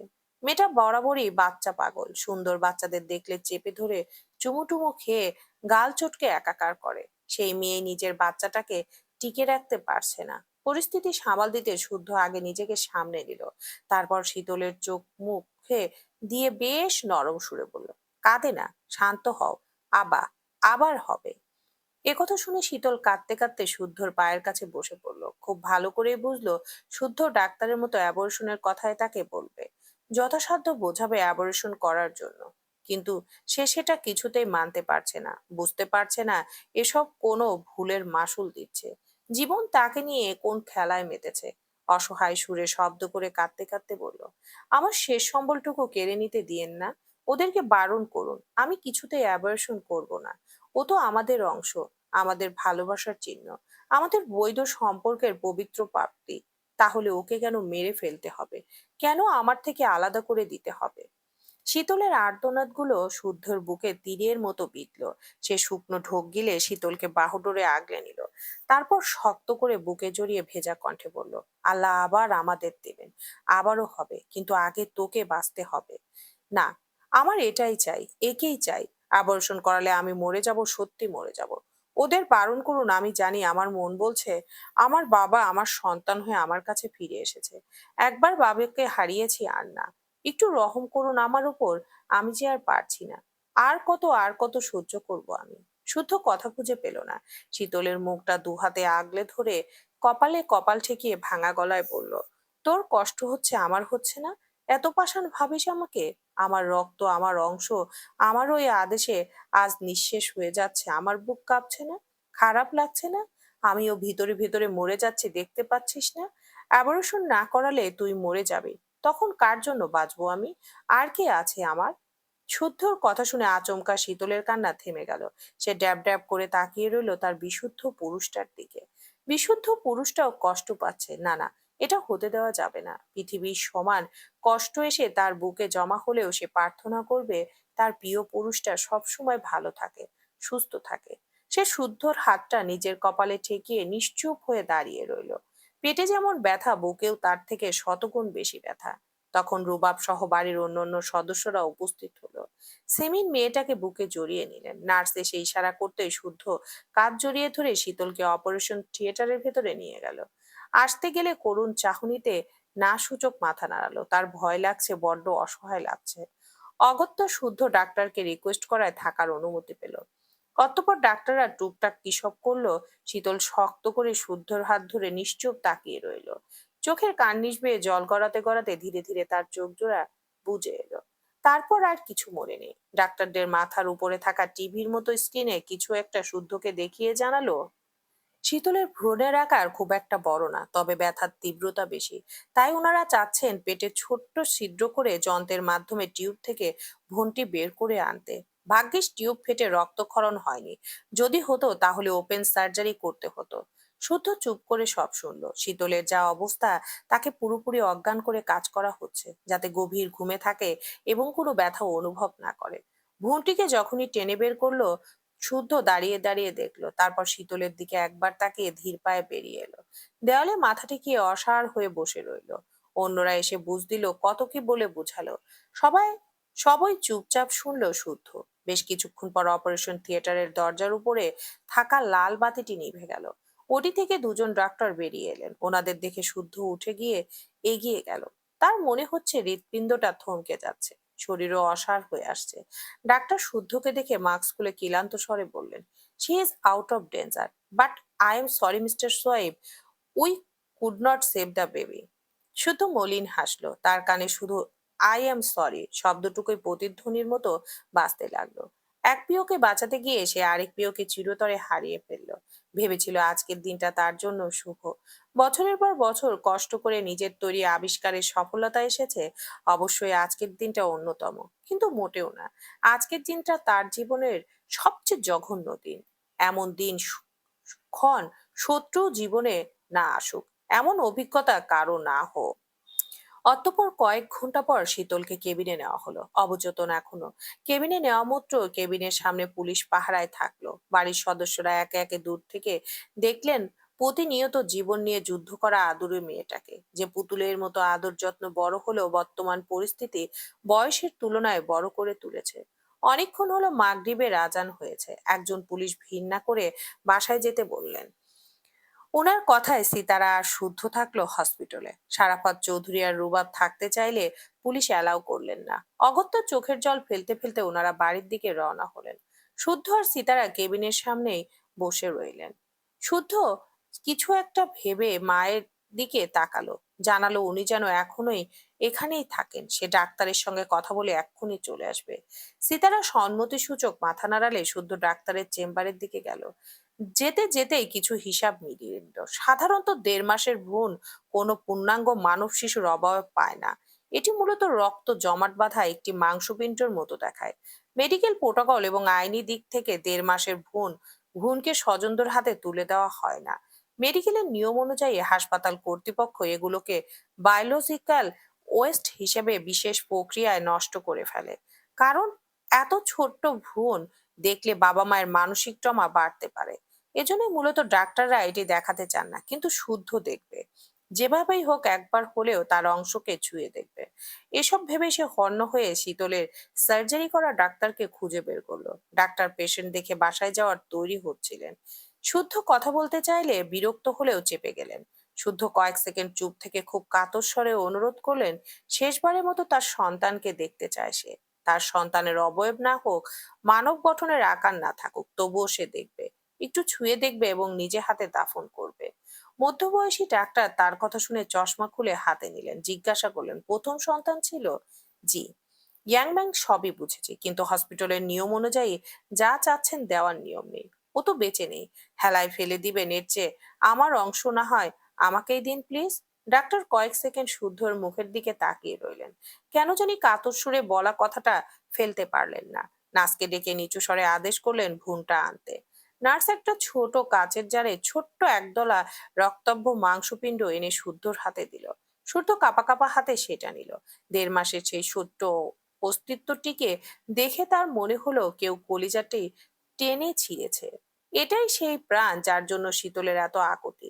সে কম্পিত হাতে আঙ্গুলের ডগা দিয়ে আলতো করে সেই নরম মাংসপিণ্ডটা ছুঁয়ে দেখলো। এটাই তার আর শীতলের ভালোবাসার ফল। যাকে হারিয়ে ফেললো তাকে কাঠ হয়ে দাঁড়িয়ে থাকতে দেখে ডাক্তার সাবধান করে দিলেন, এসব কথা কেউ যেন না জানে। শুদ্ধ মাথা নাড়িয়ে জারটি টিস্যুতে মুড়িয়ে নিলেন, তারপর ডাক্তারকে ধন্যবাদ জানিয়ে দ্রুত পায়ে বেরিয়ে গেল। ডাক্তার তার যাওয়ার দিকে এক পলক তাকিয়ে নিজেও বেরিয়ে গেলেন। রোজ রোজ কত ঘটনার সাক্ষী হতে হয়, আর মানুষ অভ্যাসের দাস। আগে এসব দেখে খারাপ লাগলেও নিত্য নতুন ঘটনার সাক্ষী হয়ে অভ্যাস হয়ে গেছে। সীতারা চৌধুরী এখনো বসেই আছেন। শুদ্ধ একটি ব্যাগ নিয়ে মায়ের পাশে বসলো। মা ও ছেলে নীরবতার মাঝেই বেশ কিছুক্ষণ কেটে গেল। শুদ্ধকে মাথা নিচু করে বসে থাকতে দেখে সীতারা হঠাৎ ছেলের কাঁধের মাথার হাত রাখতে শুদ্ধ তাকালো। তার চোখ জোড়া জলে টয়টম্বুর। চোখের পলক ফেলতে না চাইলেও ঝরঝর করে অশ্রু ঝরে গেল। মায়ের সামনে কান্না করা যায় নাকি? সে পালিয়ে বাঁচতে দ্রুত চোখ মুছে উঠে দাঁড়াতে গেলে সীতারা হাত ধরে থামিয়ে দিলেন। ছেলের বুকে পিঠে মাথায় মমতার হাত বুলাতে বুলাতে ব্যাকুল স্বরে বললেন, কষ্ট পাস না বাবা, সব ঠিক হয়ে যাবে। শুদ্ধর মনে পড়ে না সে মায়ের সামনে শেষ কবে কেঁদেছে। এতদিন পর, এত বছর পর। আজকের এই মুহূর্তে নিজেকে বড্ড অসহায় বোধ করলো সে। এদিকটায় কেউ আসছে না দেখে মায়ের পায়ের কাছটায় হাঁটু মুড়ে বসে পড়লো। মুখ লুকালো মমতাময়ী মায়ের কোলে, চোখের পানি ঝরঝরিয়ে ঝরতে লাগলো। শক্ত মনের ছেলেটাকে এভাবে কাঁদতে দেখে সীতারা দিশা হারিয়ে ফেললেন। নিজেও কাঁদতে কাঁদতে পাগলের মতো ছেলের বুকে মাথায় পিঠে একবার করে হাত বুলাতে লাগলেন। মায়ের সামনে ছেলে কাঁদলে কোনো মাই শান্ত থাকতে পারে না। শুদ্ধ বরাবরই ওনার বাধ্য ছেলে, অথচ সেই ছেলে আজ ভেঙে পড়েছে। না জানি কত কষ্ট পাচ্ছে ছেলেটা। শুধু এতক্ষণ নিজেকে সামনে নিলেও কেন জানি আর পারলো না। ধৈর্য হারা হলো, সহ্য শক্তির মাত্রা অতিক্রম করে বাচ্চাদের মতো মায়ের হাত আঁকড়ে ধরলো। তারপর মায়ের কোলে মুখটা লুকিয়ে কান্না ভেজা স্বরে বিড়বিড় করে বলল, শুনেছি পৃথিবীর সবচেয়ে দুর্ভেদ্য আশ্রয় নাকি মায়ের শাড়ির আঁচল। আম্মু ও আম্মু, আজ তোমার ওই আঁচলটা দিয়ে আমায় একটু আড়াল করো প্লিজ। তোমার আঁচলের নিচে আমাকে এমন ভাবে লুকাও যেন বাইরের কেউ আমার কান্নার শব্দ শুনতে না পায়, কেউ যেন আমার নিঃস্ব হওয়া দেখতে না পায়। আম্মু আম্মু আজ এই হাতে আমি ওকে স্পর্শ করেছি, ও আমার অংশ, আমাদের সন্তানও। আমার আদেশে ওকে মেরে ফেলা হয়েছে। আমার কি দোষ বলো? ও এভাবে কেন এলোই যখন এভাবে কেন?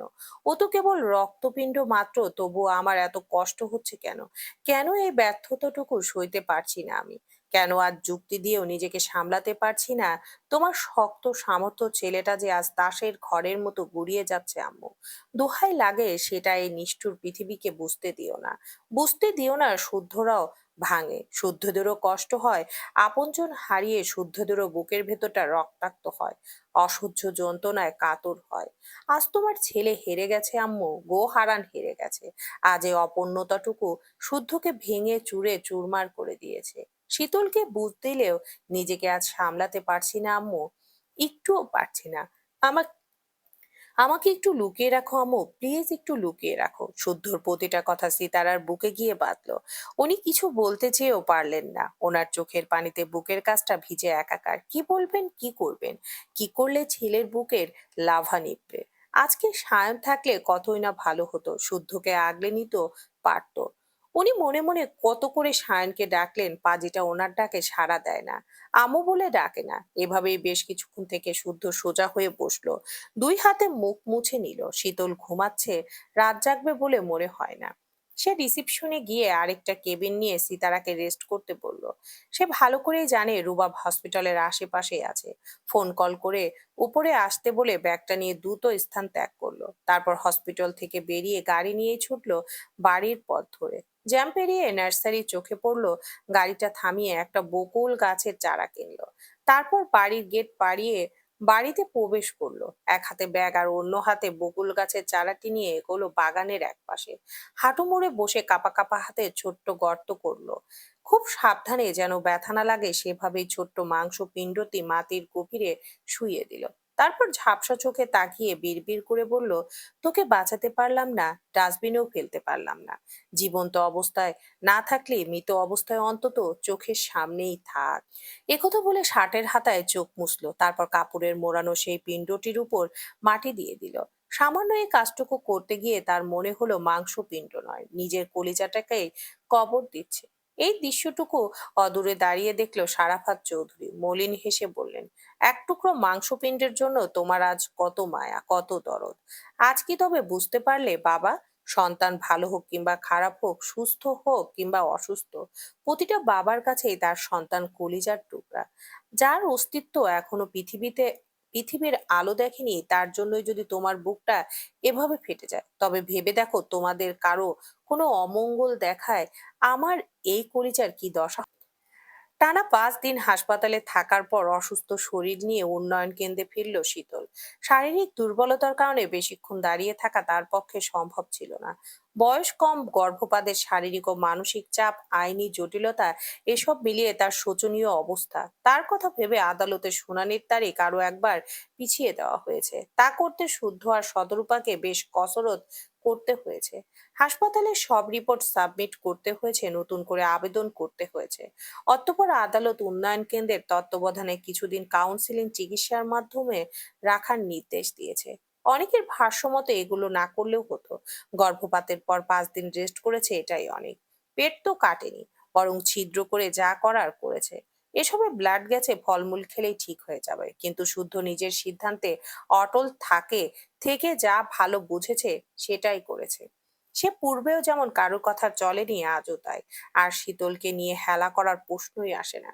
তাছাড়া তার ধারণা আছে গর্ভপাতের পর অনেক মেয়েই পোস্ট ট্রমাটিক স্ট্রেস ডিজয়ার নামের মানসিক রোগে আক্রান্ত হয়।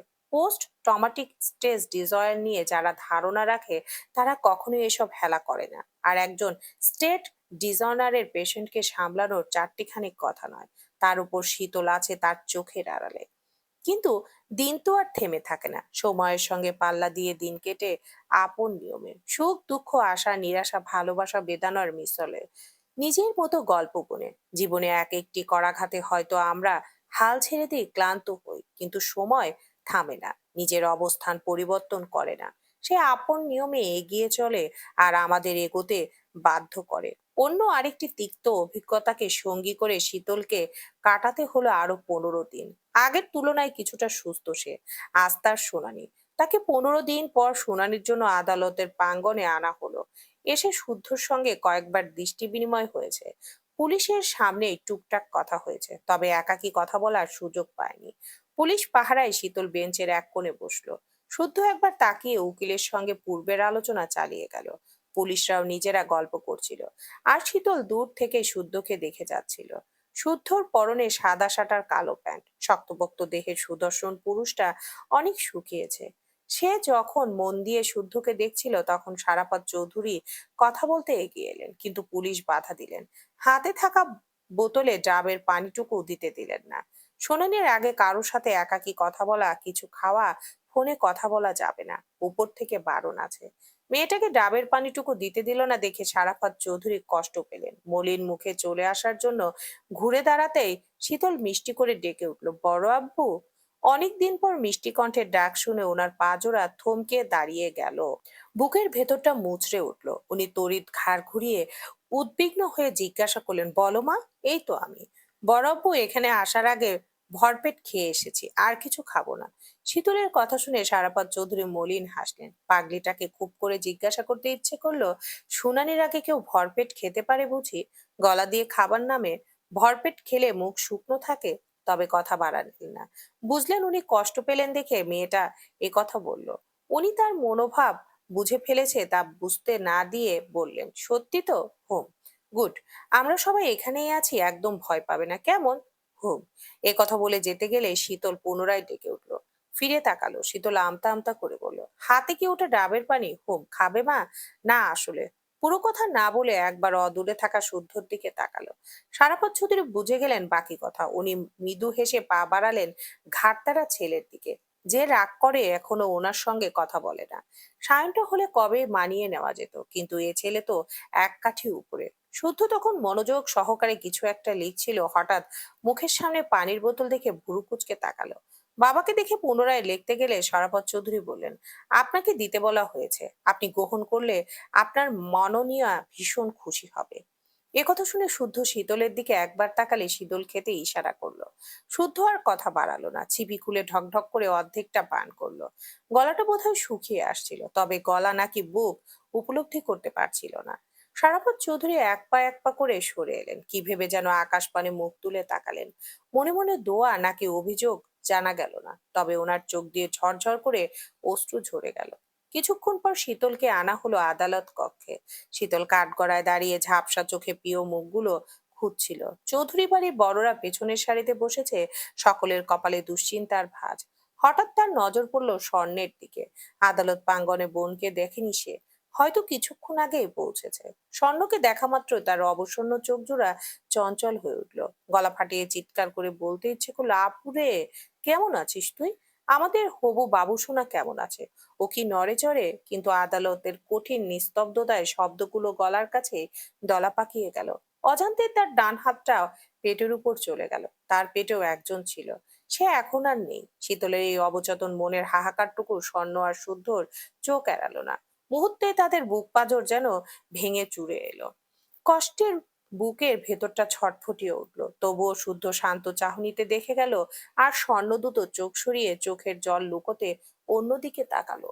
ঠিক সেই মুহূর্তে বিচারক এসে আসন গ্রহণ করলেন। গতবার যিনি ছিলেন ইনি তিনি নন। ইনি দেখতে কেমন রাশভারী ও গম্ভীর। উনি এসে বিচার কাজ শুরু করার আদেশ দিলেন। তখন পেশকার উচ্চস্বরে মামলার নাম ও নম্বর ঘোষণা করলেন। আদেশ পেয়ে বিপক্ষ দলের উকিল মোজাম্মেল সরোয়ার উঠে দাঁড়ালেন। ঘাড় ঘুরিয়ে শীতলের দিকে অবজ্ঞার দৃষ্টি ছুড়ে তাচ্ছিল্য করে হাসলেন, যেন পৃথিবীর সবচেয়ে নিকৃষ্ট মানুষ সে। লোকটা তুচ্ছ তাচ্ছিল্য নীরবে হজম করে নিল শীতল।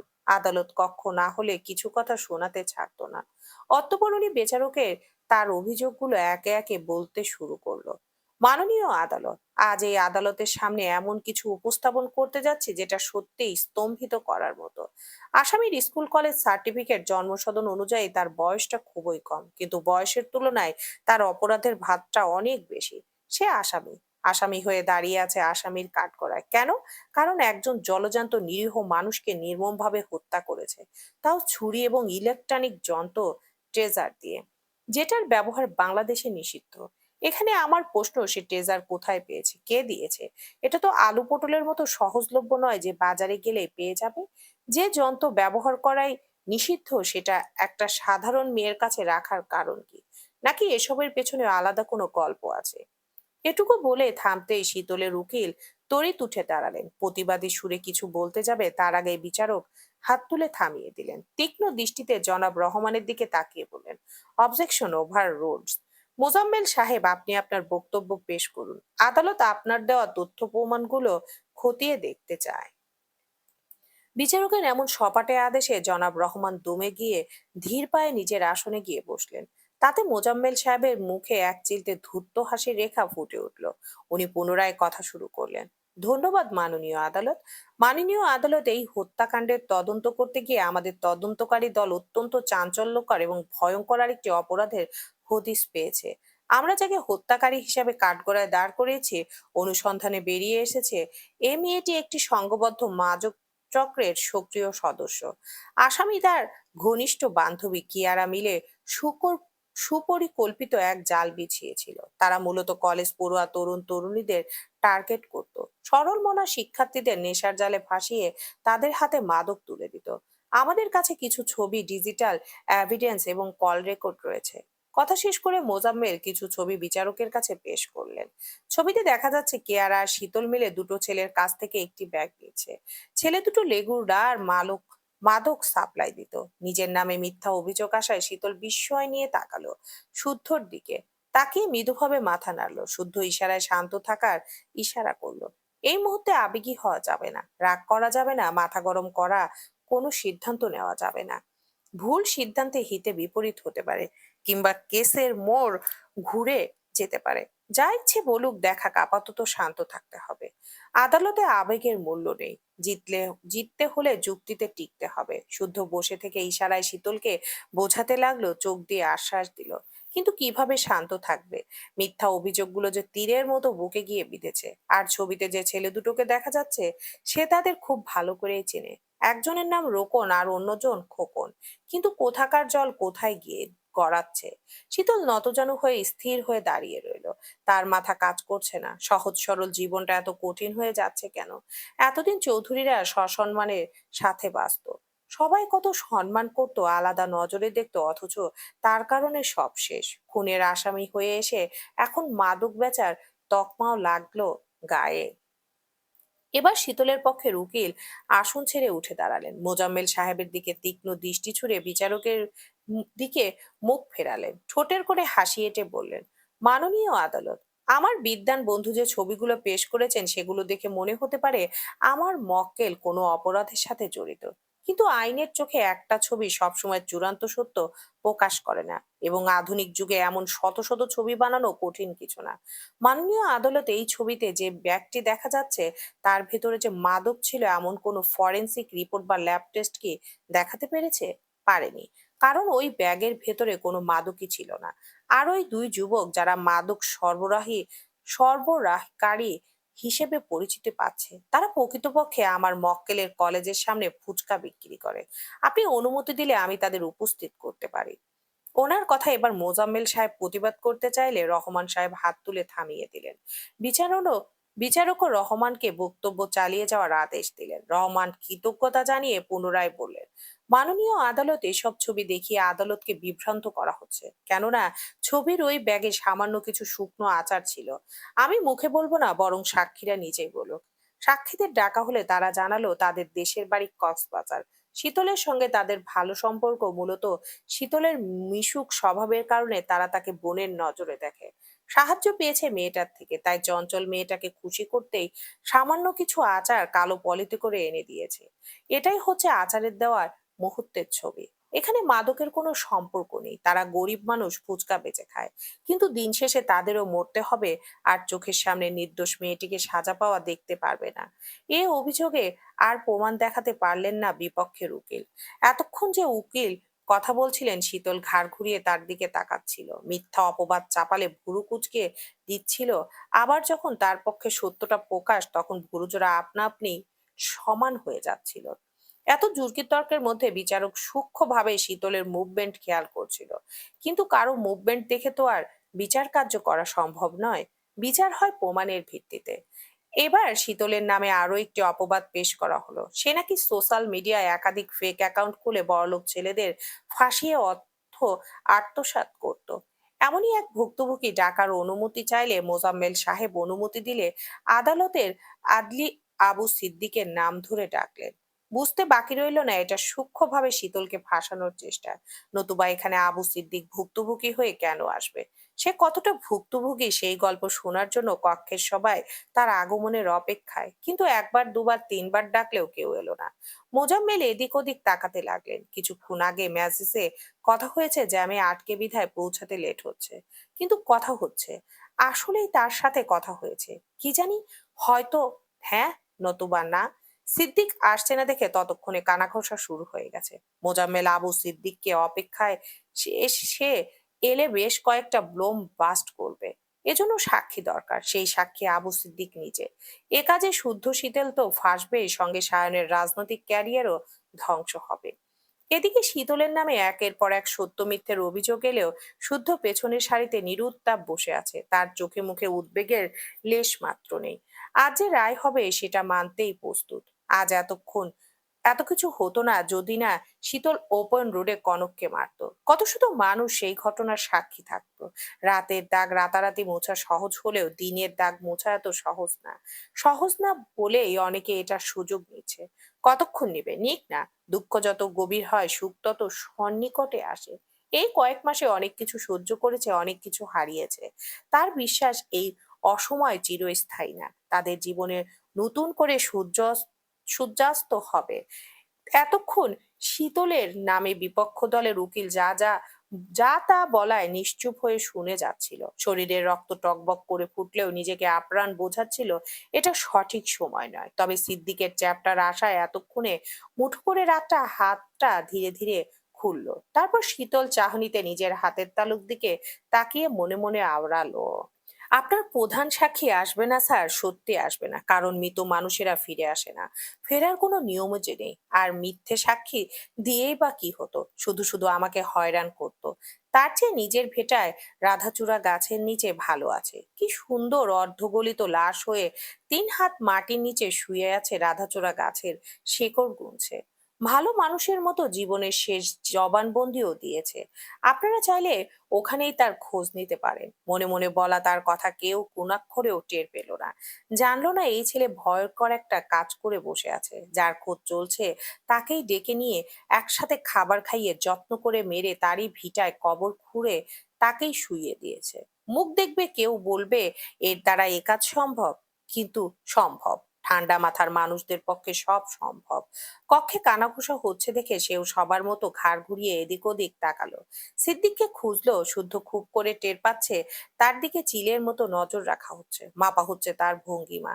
সাধারণ কিংবা অস্বাভাবিক আচরণ তাতে তার কি, পারলে প্রমাণ সহ তাকে ধরে দেখাক। এরপর শীতল কনককে কেন মেরেছে, কিভাবে মেরেছে সেদিনের ঘটনাটুকু শীতলকে নিজের মুখে বলতে হলো।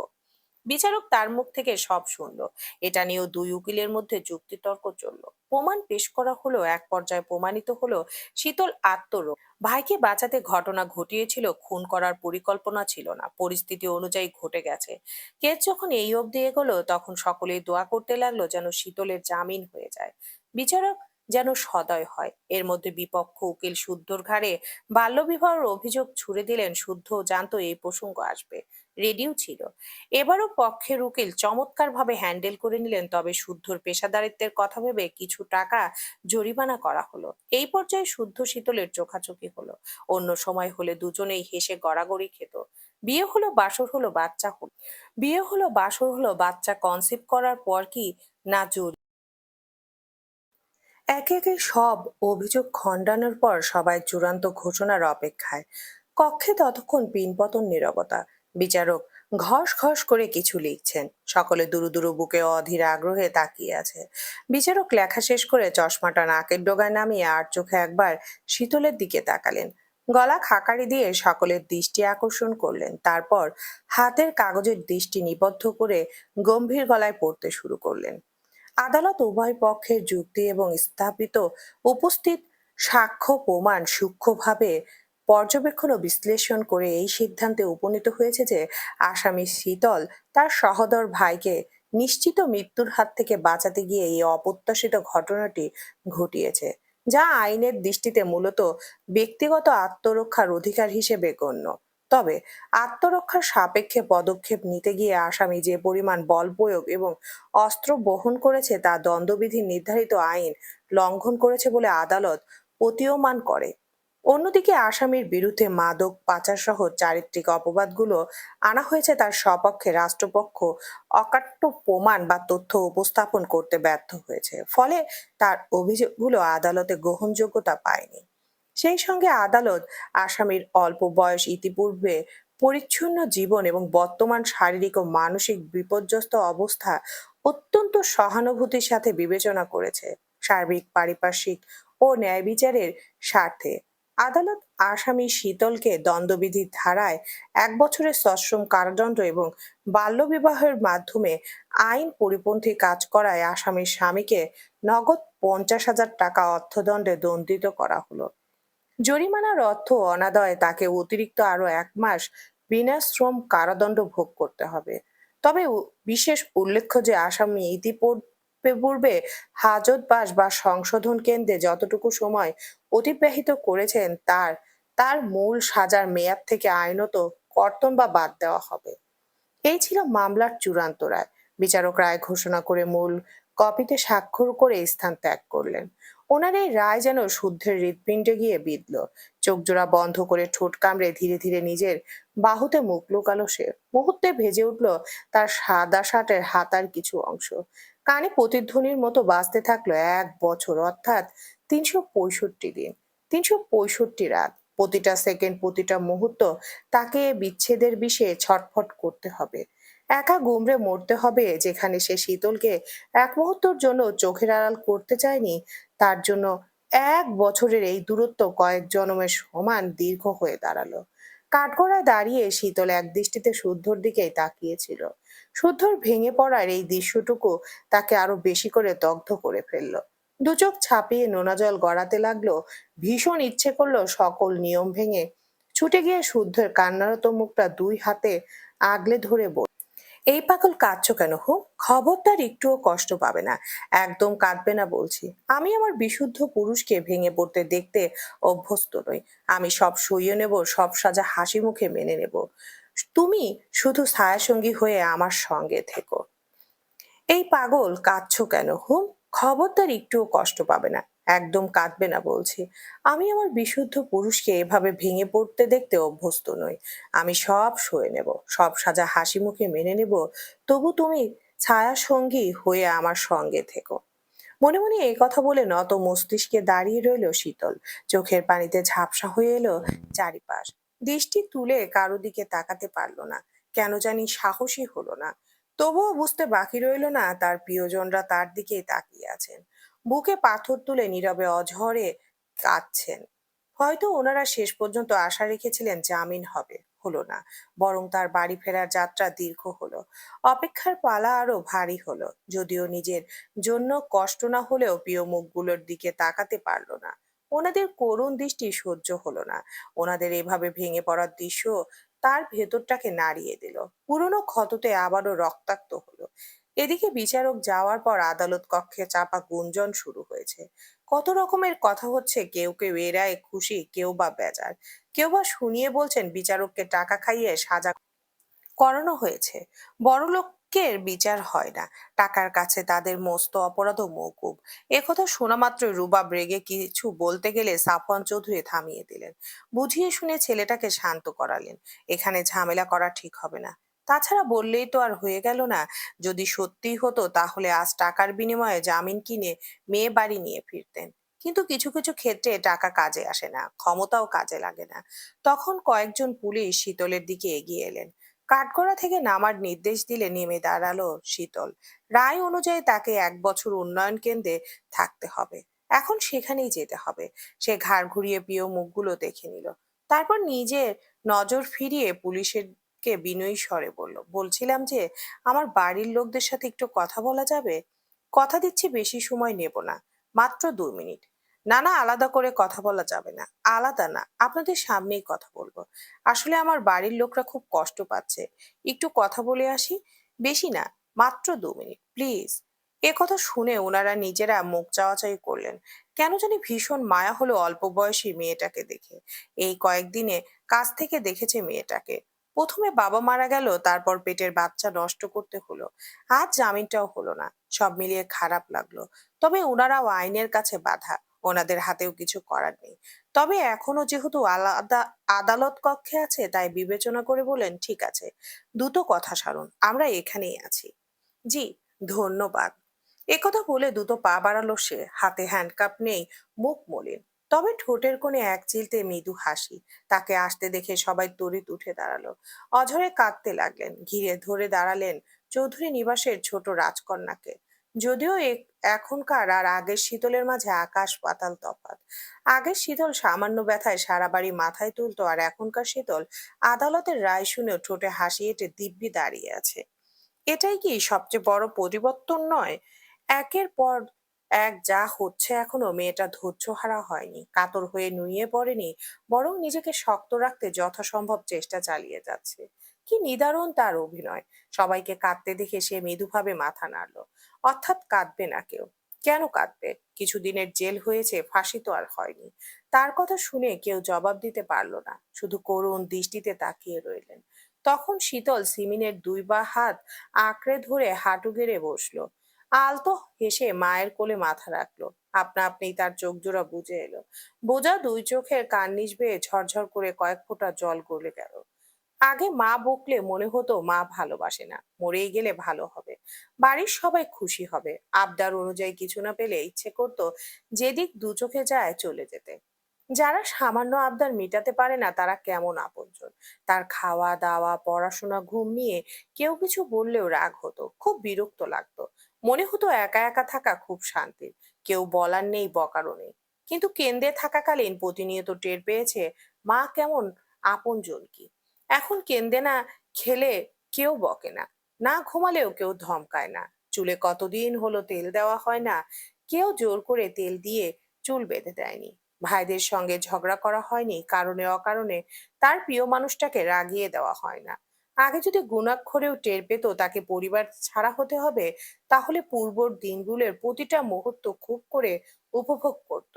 কারো সঙ্গে কখনো মান অভিমান করে সময় নষ্ট করতো না। এই তো, যেদিন পানপ্রিয় বাবা মারা গেল সেই দিন রাতে তার পরদিন সকাল দুপুরে গলা দিয়ে কিছু নামেনি। প্রতিনিয়ত মনে হচ্ছিল তার কলিজাখানা ছিঁড়ে যাচ্ছে। সেও মারা যাবে, বাবাকে ছাড়া থাকতে পারবে না। কিন্তু কই, মরল না। বরং মাঝরাতে খুব করে টের পেল ক্ষুধা কি। মস্তিষ্ক স্মরণ করে দিল বাবার শোক মনে থাকলেও পেট খাবার চাচ্ছে। তাকে এক্ষুনি খাবার দাও।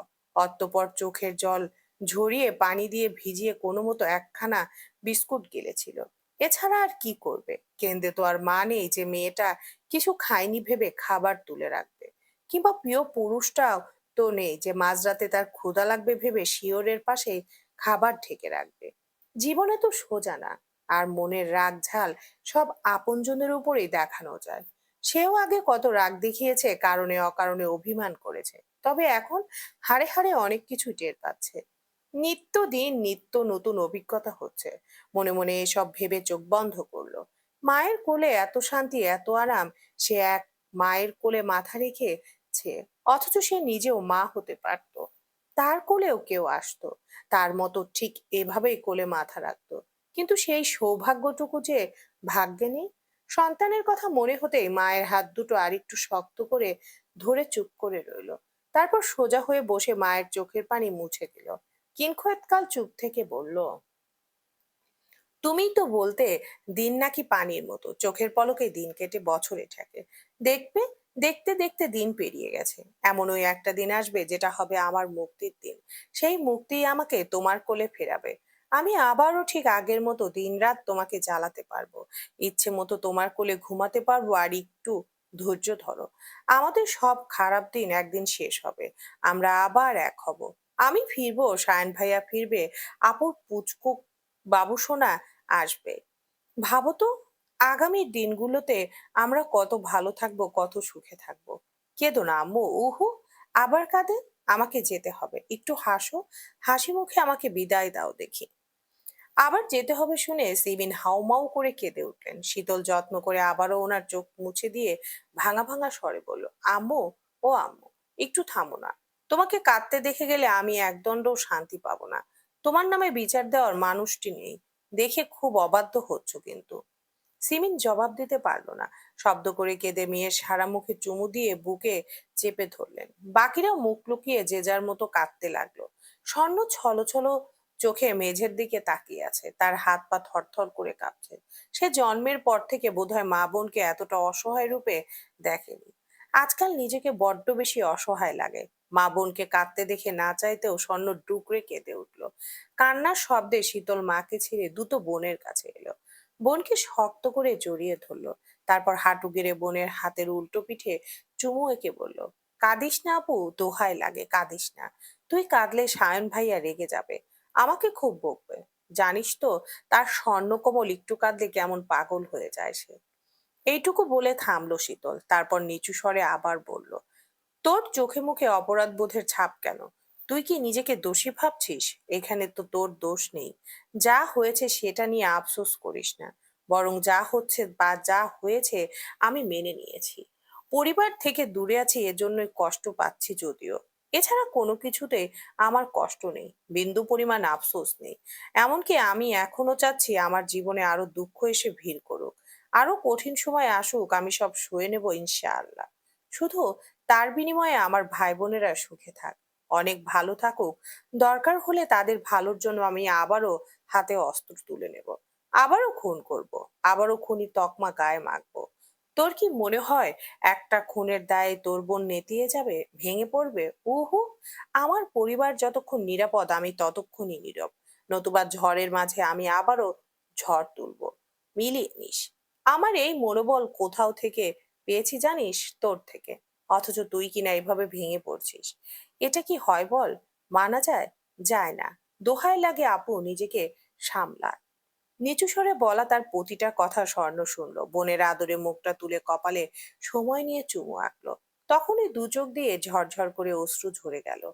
শীতল বোনকে কাঁদতে বারণ করে সাবধানে থাকতে বলে উঠে দাঁড়াতেই সারাফাত, সাফওয়ান, সিতারা, সিরাত একে একে বুকে জড়ালেন। শীতল সবার আদর পেয়ে তাকালো এখনো ওভাবে বসে থাকা শুদ্ধর পানে। যাওয়ার সময় একটু তাকাবেন না, কথা বলবেন না? এ লোক কেমন, এমন কেন? তখন হঠাৎ তার চোখাচোখি হলো রুবাবের সাথে। শীতল তখন শুদ্ধের আরেকটু কাছে দাঁড়িয়ে রুবাবকে, বুঝলে ভাইয়া, কিছু কিছু মানুষ বোধহয় টাকার শোক ভুলতে পারছে না। কিপটে, সারা জীবন কিপটামিই করে গেল। যাই হোক, তোমরা সবাই সাবধানে ফিরো। আর বড় মা, আগামী সপ্তাহে কেউ দেখা করতে এলে আচার পাঠিও। মেজমা বয়ম ভর্তি করে শুকনো পিঠা দিবা। আগেই বলে দিচ্ছে কম দিলে খাবো না কিন্তু। আর আম্মু, সুন্দর করে নারকেলের নাড়ু বানাবা, ভুলেও বাদাম দিবা না, কিসমিস বেশি দিবা। যা যা বললাম সব যেন পাই। একথা বলে আরেকবার শুদ্ধর দিকে তাকিয়ে পা বাড়ালো দরজার দিকে। শীতল আদালত কক্ষ ছেড়েছে বুঝে শুদ্ধ মুখ তুলে ঘাড় ঘুরিয়ে তাকালো দরজার দিকে। দেখলো দরজায় শীতল এখনো ছলছল চোখে ঠোঁটে হাসি এঁটে তাকিয়ে আছে। চোখাচোখি হলো দুজনে, নীরবে কত কথা হলো। অতঃপর শীতল ছোট্ট করে আসছি বলে দাঁড়ালো না, চলে গেল। যেতে যেতেই বারবার চোখ মুছে আরেকবার তাকালো শুদ্ধর দিকে। আর শুদ্ধ এবারও দাঁড়িয়ে দাঁড়িয়ে তার চলে যাওয়া দেখলো। বুকের ভাঙন লুকিয়ে সবাইকে বাড়ি ফিরতে বলল। তার নাকি জরুরি কাজ আছে, সেগুলো সেরে ফিরবে। রাত হতে পারে অগত্যা, জামিন নিয়ে সবার মনে সূক্ষ্ম একটি আশা থাকলেও শূন্য হাতে ফিরতে হলো। চৌধুরীদের একটি গাড়ি বাড়ির পথে ধরলে শুদ্ধ গেল পুলিশের গাড়ির পেছন পেছন সে কেন্দ্রের দিকে যাচ্ছে। কেউ জানতেও পারলো না। শীতলের এবারও অজানায় রয়ে গেল তার বিশুদ্ধ পুরুষের ভালোবাসার মাত্রা কতখানি। সে তাকে ঠিক কতটা ভালোবাসতে জানে, আগলে রাখতে জানে, কতটা চোখে হারায়। যানজট পেরিয়ে শুদ্ধ গাড়ি নিয়ে সেভাবেই এগোতে থাকলো। যতক্ষণ না পুলিশের গাড়ি উন্নয়ন কেন্দ্রের গেটে ঢুকলো ততক্ষণ চাতক পাখির ন্যায় তাকিয়ে রইলো। তারপর সিটে মাথা এলিয়ে হিসাব করলো। 1 বছর, 365 দিন, 365 দিনে 12 মাস, 12 মাসে 8,760 ঘন্টা, 3,15,336 সেকেন্ড। দিন, মাস, ঘন্টা এবং সেকেন্ড হিসেবে তার নিজেকে বড্ড অসহায় লাগলো। এক হিসেবে বারবার বরাবর করলো। এক হিসেব বারবার করলো, কিন্তু হিসাব তো কমলোই না, বরং লিপিয়ারের জন্য একদিনের হিসাব বাড়লো। ঘড়ির কাঁটা এখন রাত 8টা ছুঁই ছুঁই। হঠাৎ কালো মেঘে ঢেকে গেছে আকাশ। বইছে ঝোড়ো বাতাস, শুরু হয়েছে শুকনো পাতার ঘূর্ণি। শোনা যাচ্ছে মেঘের হাড় কাঁপানো গুরুগম্ভীর ডাক। হঠাৎ বড় বড় ফোঁটায় বৃষ্টি নামলো। মুহূর্তের মধ্যেই তার রূপ নিল অবিরাম ধারায়। সিতারা সিমিন দুই যা চুপ করে ড্রয়িং রুমে জানালার সামনে দাঁড়িয়ে আছেন, থাই গ্লাসটা আটকে দিয়ে মূল ফটকের দিকে তাকিয়ে আছেন। চোখে মুখে চিন্তার ছাপ। বাইরে এত ঝড় বৃষ্টি, অথচ শুদ্ধ এখনো বাড়িতে ফেরেনি। তার কি জরুরি কাজ শেষ হয়নি? এখনো বাড়ি ফেরার সময় হয়নি? ফোনেও কল ঢুকছে না। অসময়ে ভিজে পড়ে এই ছেলে নির্ঘাত জ্বর বাঁধাবে। কিন্তু শুনলে তো, কিছু বললে গুরুত্ব তো দেবেই না, বরং স্বভাব স্বরূপ এড়িয়ে যাবে। এদিকে এত জোরে মেঘ ডাকছে, ভয়ে অন্তরাত্মা কেঁপে উঠছে। মেঘের গর্জনে ওনারা জানলার কাছ থেকে সরে সোফায় বসলেন, কিন্তু কারোরই অস্থিরতা থামলো না। দুজনেই শুদ্ধর নাম্বারে কল দিতে থাকলেন। এবারও কল ঢুকলো না। রুবাব বাড়িতেই আছে, সে খোঁজ দিতে পারবে। তার সাথে শুদ্ধর কথা হয়েছিল কি? হতেও তো পারে। এ কথা ভেবে সিমিন দোতলায় রুবাবের রুমে গেল। স্বর্ণের আগের রুমটায় রুবাব থাকে। উনি দরজায় নক করে সাড়া না পেয়ে রুমে প্রবেশ করলেন, কিন্তু কেউ নেই। ওয়াশরুমের দরজা বাইরে থেকে আটকানো। এ ছেলে কোথায় গেছে? কখন বের হলো? এ ঝড় বৃষ্টির মধ্যে কেউ বের হয়? এদের নিয়ে আর পারা গেল না। উনি রুবাবকে কল দিলে ফোনটা রুমে বেজে উঠলো। একজনের ফোনে কল ঢুকছে না, তো আরেকজন ফোনটাই রেখে গেছে। উনি বকতে বকতে ড্রয়িং রুমে এসে সিতারাকে জানালেন, সিমিন বাড়ি ফিরে এতক্ষণ স্বর্ণের কাছে থাকায় রুবাবকে বের হতে দেখেননি। শুদ্ধ নেই, রুবাব নেই, ছেলে দুটোর খোঁজ করার কথা বলার জন্য সিতারা ছুটলেন সারাফাত চৌধুরীর কাছে। কিন্তু নিজের রুমে ঢুকে অবাক হলেন। খুঁজে দেখলেন সারাফাত চৌধুরীও নেই। কি আশ্চর্য! এরা সবাই কোথায় গেছে? কি এমন কাজ পড়েছে যে বৃষ্টির মধ্যে বেরিয়ে গেছে? মাগরিবের নামাজ পড়ে অন্য রুমে কোরআন পড়ছিলেন। বুকের ভেতর অশান্ত হয়ে আছে দেখে অনেকক্ষণ পড়েছেন। আর পড়তে পড়তে কখন যে 8টা বেজে গেছে খেয়ালই করেননি। সেই মুহূর্তে ড্রয়িং রুমে কেউ না থাকায় কেউ যেতেও দেখেনি। কিন্তু কিছু না বলে কোথায় গেছে? আবার কারো কিছু হলো না তো? বিপদ যেভাবে জেঁকে ধরেছে, ভয়ে ভয়ে থাকতে হয়। ওদিকে মেঘের তীব্র গর্জনে সাম্য সৃজন সিরাতকে জাপটে ধরে আছে। মায়ের কোলে মুখ লুকিয়ে আছে বাচ্চা দুটো। না কোথাও যেতে দিচ্ছে, না আর না সঙ্গে যাচ্ছে। এদিকে ড্রয়িং রুমের জানালাটা কেউ লাগালো নাকি কে জানে। বাইরের অবস্থা দেখে উনি সাফওয়ান চৌধুরীকে বললেন, শুদ্ধ ফিরেছে? না, কল ঢুকছে না। কোথায় গেল ছেলেটা? ওর মানসিক অবস্থা ভালো না। ওকে একা ছাড়া উচিত হয়নি সাম্যর বাবা।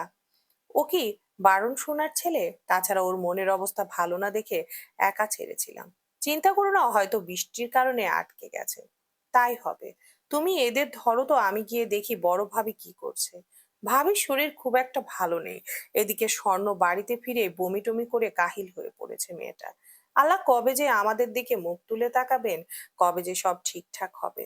জানো, আমার না আর ভালো লাগে না, আর সহ্য করতে পারি না এসব। ইচ্ছে করে হাউমাউ করে কাঁদি। ছেলে মেয়েগুলোকে দেখলে বুকটা ফেটে যায়। ড্রয়িং রুমে গিয়ে দাঁড়ালে চোখে ভাসে আগের কত শত কথা, কত স্মৃতি। ঝাপসা চোখে ভাসে শখ এক কোণে বসে বই পড়ছে। সায়ন রুবাব কিছু নিয়ে হাসছে। শুদ্ধ চেলাকাট নিয়ে শীতলকে মারতে তেড়েছে। সাম্য সৃজন শাহাদাত ভাইয়ের সঙ্গে কোথাও যাওয়ার বায়না ধরেছে। কই সেসব দিন? কই সেসব মুহূর্ত? যখন একা একা বসে ভাবি আমার না মাথা কাজ করে না। আমাদের বাড়ির এমন দশা হবে কল্পনাতেও আনতে পারিনি কখনো। অথচ একথা বলতে বলতে কেঁদেই ফেললেন সিরাত। পুনরায় মেঘের গর্জনে কেঁপে উঠল চারিপাশ। সাম্য সৃজনকে সাফওয়ান চৌধুরীর কাছে রেখে দ্রুত পায়ে বের হলেন তিনি। ড্রয়িং রুমে সিতারা সিমিন স্বর্ণকে দেখে বুঝতে বাকি রইল না শুদ্ধ ফেরেনি। এদিকে বৃষ্টি বেড়েই চলেছে। উনি আরেকবার কল করলে কল ঢুকলো না। ছেলের সিতারা কাঁদছেন। শুদ্ধ এখনো ফিরছে না, রুবাব নেই, সারাপত চৌধুরী নেই দেখে মনে হচ্ছে আবারও বিপদ হয়েছে। নয়তো সারাপত চৌধুরী ওনাকে না বলে কোথায় যাবে?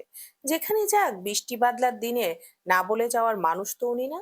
নাকি বৃষ্টি হচ্ছে দেখে ভাইয়ের কবরের কাছে ছুটে গেছেন? কেননা ভাইকে যখনই মনে পড়ে তখনই শাহাদাত চৌধুরী কবরের পাশে গিয়ে বসে থাকেন। একা একা কত কথা বলেন। মনটা বেশি খারাপ হলে এক দৃষ্টিতে শুকনো মাটির দিকে তাকিয়ে থাকেন। আশেপাশের কোথাও আবার বজ্রপাত হওয়া মাত্রই বিদ্যুৎ চলে গেল। সঙ্গে সঙ্গে জেনারেটর চালু হয়ে চারিদিকে আলোয় ঝলমল করে উঠল। কিন্তু কারোরই দুশ্চিন্তা কমলো না। এভাবে আরো কিছুক্ষণ কেটে গেল। ঘড়ির কাঁটাও টিকটিক করে এগোতে থাকলো। ওদিকে এত ঝড়, এত বৃষ্টি, মেঘের ডাক উপেক্ষা করে সাম্য সৃজন বাবাকে আঁকড়ে ধরে ঘুমিয়ে পড়েছে।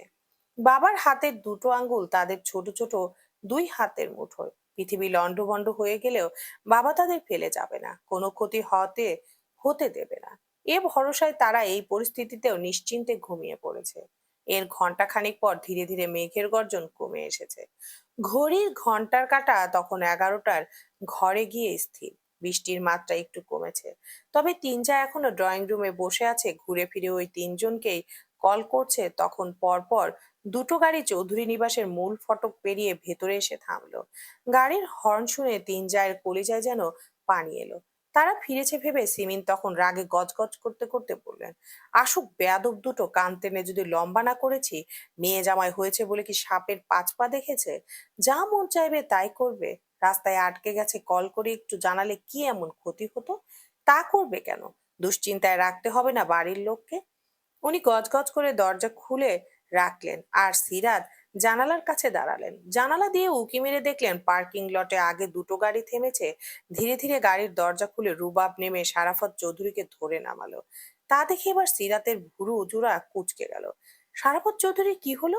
ওনাকে এমন লাগছে কেন? অসুস্থ হয়ে পড়েছে নাকি? তারা নামতে নামতে ভেজা শরীরে দুজনেই আরেক দফা ভিজল। সিরাত শুধু বিস্ময় নিয়ে তাকিয়ে রইল। কি হচ্ছে কিছুই ওনার বোধগম্য হলো না।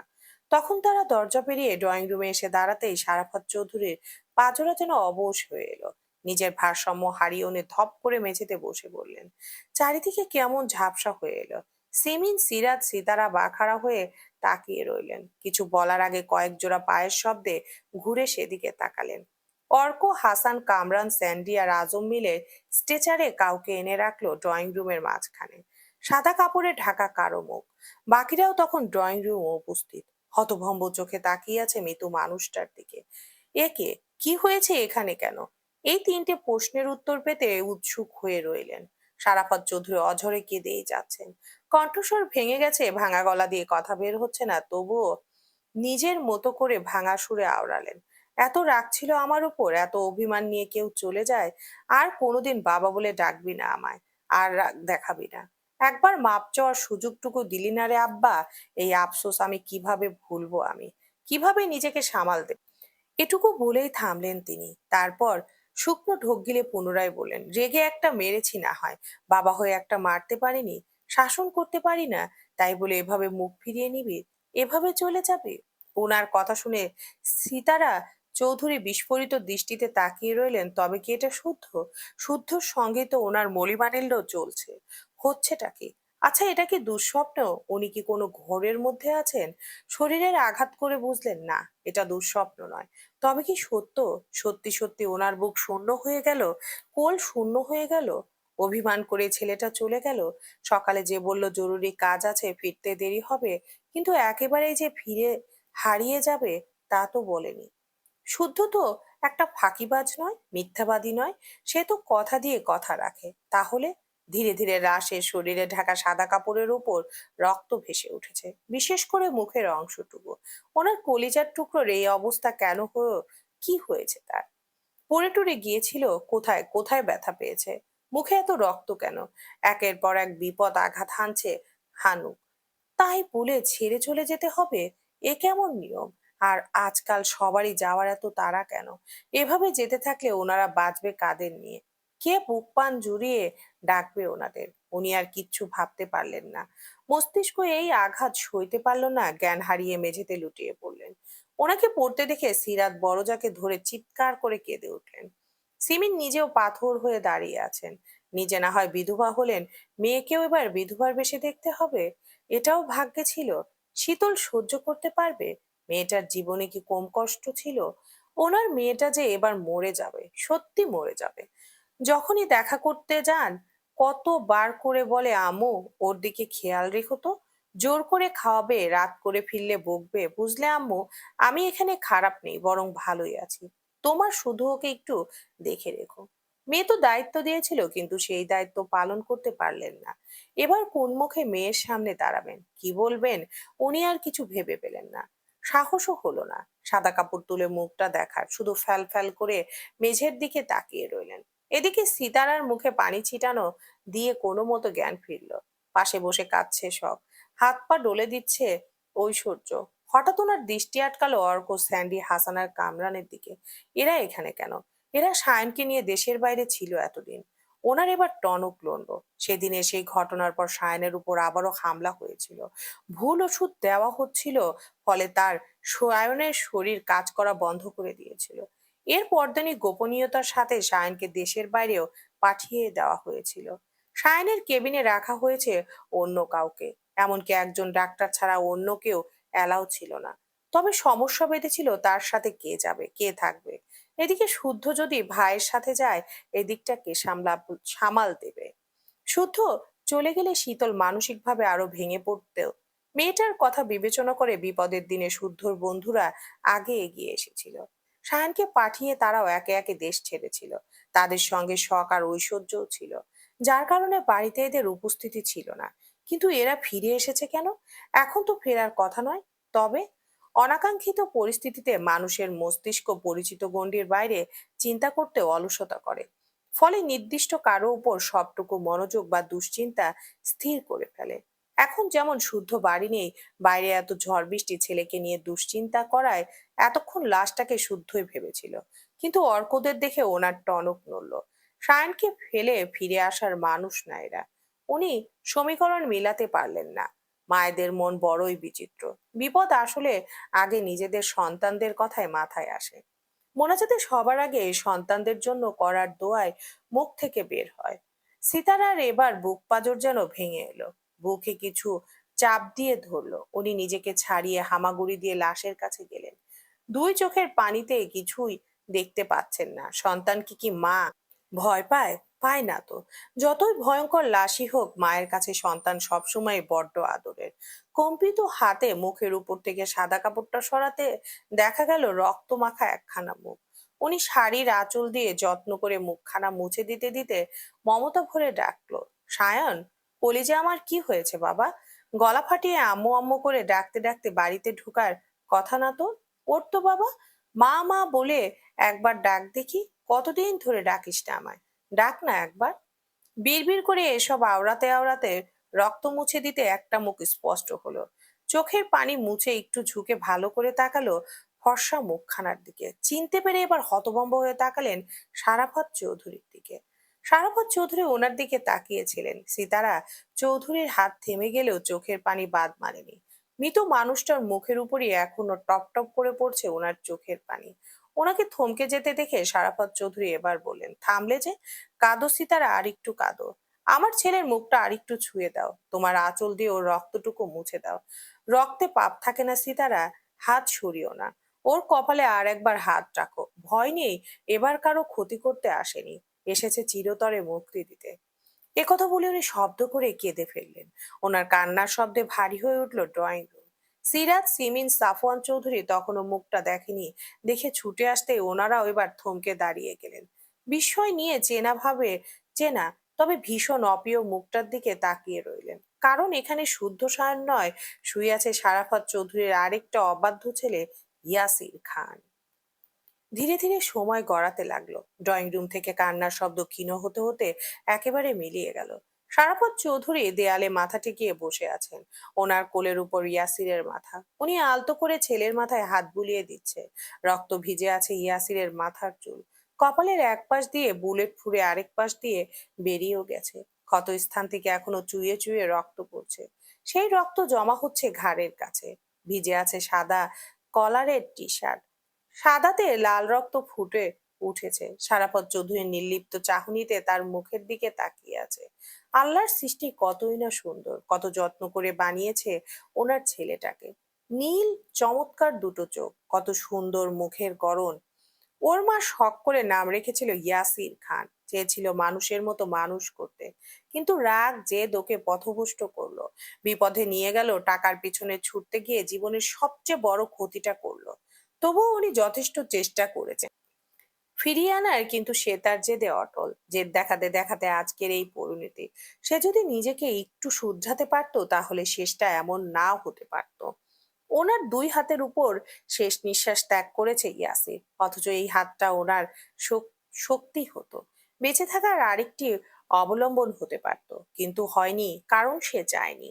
সে চেয়েছিল যত রকমের বাজে কাজ আছে নিজের মধ্যে আয়ত্ত করতে, করেওছে, তবে আগের তুলনায় অনেকটা শুধরে গেছে, অনেক পরিবর্তন এনেছে নিজের মধ্যে।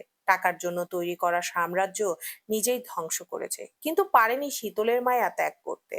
আগে সে বিদেশি ব্র্যান্ডের মদ পান করলেও অন্যত্র নেশা ভান করতো না, করলেও সীমিত।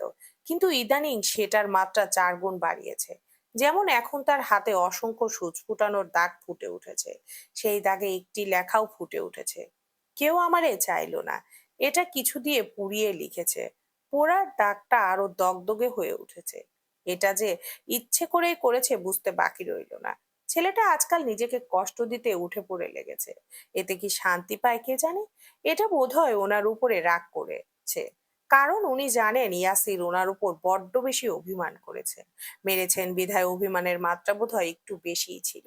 কিন্তু কি করবেন উনি, কি করার আছে? একবার শুদ্ধর বিরুদ্ধে গিয়ে শীতলের সঙ্গে দেখা করিয়েছিলেন, যার কারণে শুদ্ধর সঙ্গে মনোমালিন্য হয়েছে। এখনো শুদ্ধ ওনার সাথে ঠিকভাবে কথা বলে না, ডাকেও না। অথচ ইয়াসিরের কথা সে আবারও শীতলের সঙ্গে দেখা করবে। যদি না নিয়ে যান তবে পুলিশের কাছে ধরা দেবে। একদিকে শুদ্ধ, আরেকদিকে ইয়াসির, কোন দিকে যাবেন উনি? যেদিকেই যান ছেলেরা ওনাকে ভুল বুঝে। নিয়ে যেতে রাজি না হওয়াতে সে কি রাগ। পরে দিশেহারা হয়ে শুদ্ধকে বলেছিলেন যেন শেষবারের মতো অনুমতি দেয়, কিন্তু শুদ্ধ তাও দেয়নি, বরং স্পষ্টভাবে জানিয়েছিল ধরে বেঁধে ইয়াসিরের বিয়ে করিয়ে দিতে। দায়িত্ব ঘাড়ে পড়লে শুধরে যেতে পারে, নতুবা এভাবে চলতে থাকলে না নিজে ভালো থাকবে, আর না তাদেরকে ভালো থাকতে দেবে। এছাড়াও যা করে বেড়ায় তাতে তাদের বিপদ বাড়ে বই কমে না। চৌধুরী বাড়ির যে ক্ষতি করেছে ভাই ডেকে বুকে টানাও সম্ভব নয়। না কখনো এ কাজ কেউ করবে। শুদ্ধ আগেই বলেছিল উনি নাকি ইয়াসিরকে নিজের কাছে রাখতে পারেন। এতে তার আপত্তি নেই, তবে সে আর শীতল এক বাড়িতে থাকবে না, থাকা সম্ভব না। প্রয়োজন হলে শীতলের জামিনের পরপরই বাইরের দেশে চলে যাবে। ওখানে ছোট্ট একটি সংসার করবে, দুটিতে দিব্যি দিন কেটে যাবে। কিন্তু এখন যা হচ্ছে সেটা আর চলতে দেওয়া যাবে না। না মানে না। ইদানিং তার ধৈর্যও কমে এসেছে। ধৈর্যের বাঁধ ভেঙে গেলে কে কার সেটা দেখবে না, মানবে না সম্পর্কের ধার। ঠিক এভাবেই শেষবার ওয়ার্নিংও দিয়েছিল। উনিও সিদ্ধান্ত নিয়েছিলেন ইয়াসিরকে জোর করে হলেও বিয়ে করাবেন, শেষ চেষ্টা করবেন। দুই একটা মেয়েও দেখেছেন, কিন্তু ইয়াসিরের একই কথা, বিয়ে করবে না। আর না শীতলকে ভাইয়ের বউ হিসেবে কখনো মানতে পারবেন। কতবার বোঝানোর পরও শোনেনি, বরং পুনরায় আবদার রাখে পুনরায় শীতলের সাথে দেখা করতে যাবে। তার এই জেদের কারণে উনি সেদিন ইয়াসিরকে থাপ্পড়ও মেরেছিলেন। চিৎকার করে বলেছিলেন, তোমার জন্য আমাকে আর কত হেনস্থা হতে হবে, আর কত জ্বালাবে আমায়। তোমার কারণে আমার ছেলেটাও আমার সাথে কথা বলে না। সিতারা মুখ ফিরিয়ে রাখে, কবে নিজের ভালোটা বুঝবে ইয়াসির, কবে একটু শান্তি দিবে আমায়। দোহাই লাগে এবার মুক্তি দাও, বিয়েটা করে নিজের জীবনটা গুছিয়ে। এভাবে বাঁচা যায় না, এটাকে বাঁচা বলে না। থাপ্পড় খেয়ে একটা কথাও বলেনি সেদিন। তারপর ফোন করলে ধরে না, কথা বলে না। নিজেকে একবারে রুমবন্দি করে ফেলেছিল। পুলিশ কিভাবে যেন তার এই ঠিকানা পেয়েছিল, পরে কত কুদরত করে পালিয়ে বেঁচেছিল। সেই সঙ্গে আরেক দফা ভেঙে চুরে গিয়েছিল, বাঁচার আশাও ছেড়ে দিয়েছিল। কয়েকদিন যাবৎ একটানা নেশা করেছে, কোনোভাবে তাকে থামানো যাচ্ছিল না। সহকারী থামাতে গেলে তাকেও বেড়ে বাসা থেকে বের করে দিয়েছিল। নেশার চোটে নাক মুখ দিয়ে গলগলিয়ে রক্ত আসতো। বিগত দিনগুলো এভাবে কাটলেও আজ সারাদিন নাকি শান্ত ছিল। শীতলের রায় শোনার পরে উন্মাদ হয়ে গিয়েছিল, রুমে যা ছিল ভেঙে চুরমার করেছে। শক্ত দেয়ালে মাথা দিয়ে বাড়ি দেওয়ায় মাথা ফেটে একাকার অবস্থা। পরে সহকারী ছেলেটা সামলাতে না পেরে ওনাকে কল করেছিল। উনি এসে দেখেন নেশা করে মেঝেতে পড়ে আছে, দেহে যেন পার নেই। মেঝেতে অসংখ্য নেশাদ্রব্য, অসংখ্য সিরিঞ্জ ছড়িয়ে ছিটিয়ে আছে, রুমে তাজা রক্তের গন্ধ। কিন্তু রক্ত এলো কোথা থেকে? রক্তের উৎস খুঁজতে গিয়ে দেখতে পেলেন ইয়াসিরের হাতের মাংস থেতলে বুলেট গেঁথে আছে। উনি ধরতে গেলে সিটকে সরে গেল ছেলেটা, ওনার থেকে দুহাত দূরে সরে বসলো। সারাফত চৌধুরী টলতে ঢুলতে থাকা ইয়াসিরকে বললেন, কেন নিজের জীবনটা ধ্বংস করছো? কি মজা পাচ্ছ এতে হোক? আর কত নিজের ক্ষতি করবে? আমার কথা শোনো, জীবনকে একটা সুযোগ দাও। আমি কথা দিচ্ছি শীতলের থেকে ভালো বিয়ে এনে দেবো, আরো সুন্দরী সংসারী বিয়ে এনে দেবো। লাগবে না। ওই নাক বোচা চঞ্চল মেয়েটা আমার মনে শেষ পেরেক ঢুকে দিয়েছে। এখন বিশ্ব সুন্দরীকেও আর মনে ধরবে না। তাছাড়া যে সুখ নিজের হাতে নষ্ট করেছি সেই সুখের আফসোস করে লাভ নেই। একথা বলে মৃদু হেসে সিলিং এর দিকে তাকিয়ে রইল। তার নীল চোখের কোনা বেয়ে ঝরে যাচ্ছে নোনা জল। আচ্ছা, সে কি আফসোস করছে, অনুতাপে ডুবছে, নতুবা তার চোখে জল কেন? হাত থেকে তখনও রক্ত ঝরছে। উনি আবার ধরতে গেলে হাত সরিয়ে নিলেন। নেশার চোটে খুব একটা ব্যথা উপলব্ধি করতে পারছে না। বুলেট বের করা দরকার। থাকুক না, বের করতে হবে এমন কোনো কথা নেই। সারাফত চৌধুরী তার কাণ্ডে বাকহারা হয়ে তাকিয়ে আছেন। তখন ওনাকে আরেক দফা অবাক করে দিয়ে ইয়াসির হাতের কাছে তার পিস্তল তুলে কপালের বাম দিকে ঠেকালো। সারাপত চৌধুরী টু শব্দ করার আগেই তার কপাল ফুঁড়ে একটা বুলেট গেঁথে গেল। বুকে জমা কথাটুকু বুকেই রইলো, আর উচ্চারণ করা হলো না। বলা হলো না, আমি আমার মৃত্যু দেখতে পাচ্ছি বাবা। আমার দুঃখ ফুরানোর আগে আমি ফুরিয়ে যাচ্ছি। জানো বাবা, আমার মৃত্যুর সংবাদে কেউ হাসবে, কেউ খুশি হবে, কেউ হাসি মুখে বলবে আপদ বিদায়। অথচ আমি খুব করে চাই কেউ আমার মৃত্যুর সংবাদে কেউ কাঁদুক। আমার চাওয়াটুকু কি অনেক বেশি দুর্লভ বাবা? আমার জন্য একটু কাঁদা যায় না? পুরো ঘটনা এত দুটো ঘটলো, উনি ফ্যাল ফ্যাল করে তাকিয়ে রইলেন। বাধা দেওয়া, বারণ করার আগেই ভয়ঙ্কর কিছু ঘটে গেছে। যখন বুঝলেন, দুটো ইয়াসিরকে বুকে জড়িয়ে নিলেন, বিলাপ করতে লাগলেন। ইয়াসির ততক্ষণে একেবারে থমকে গেছে। নিভু নিভু চোখে দেখছে বাবা না ডাকা মানুষটার আর্তনাদ। মানুষটা তার জন্য ভালো থাকতে পারছে না, শুধু তার কারণে এত ঝামেলা। না ছাড়তে পারে, না দায়িত্ব এড়াতে পারে। অবশেষে মুক্তি, চিরমুক্তি। এই মুক্তিতে এবার অন্তত ভালো থাক, সুখে থাক। ইয়াসির যখন থমকে গেল, তখন সারাপত চৌধুরী চিৎকার করে সহকারীকে ডাকলো। সে ছুটে আসতেই দুজনে মিলে কোনো মতে গাড়িতে উঠালো।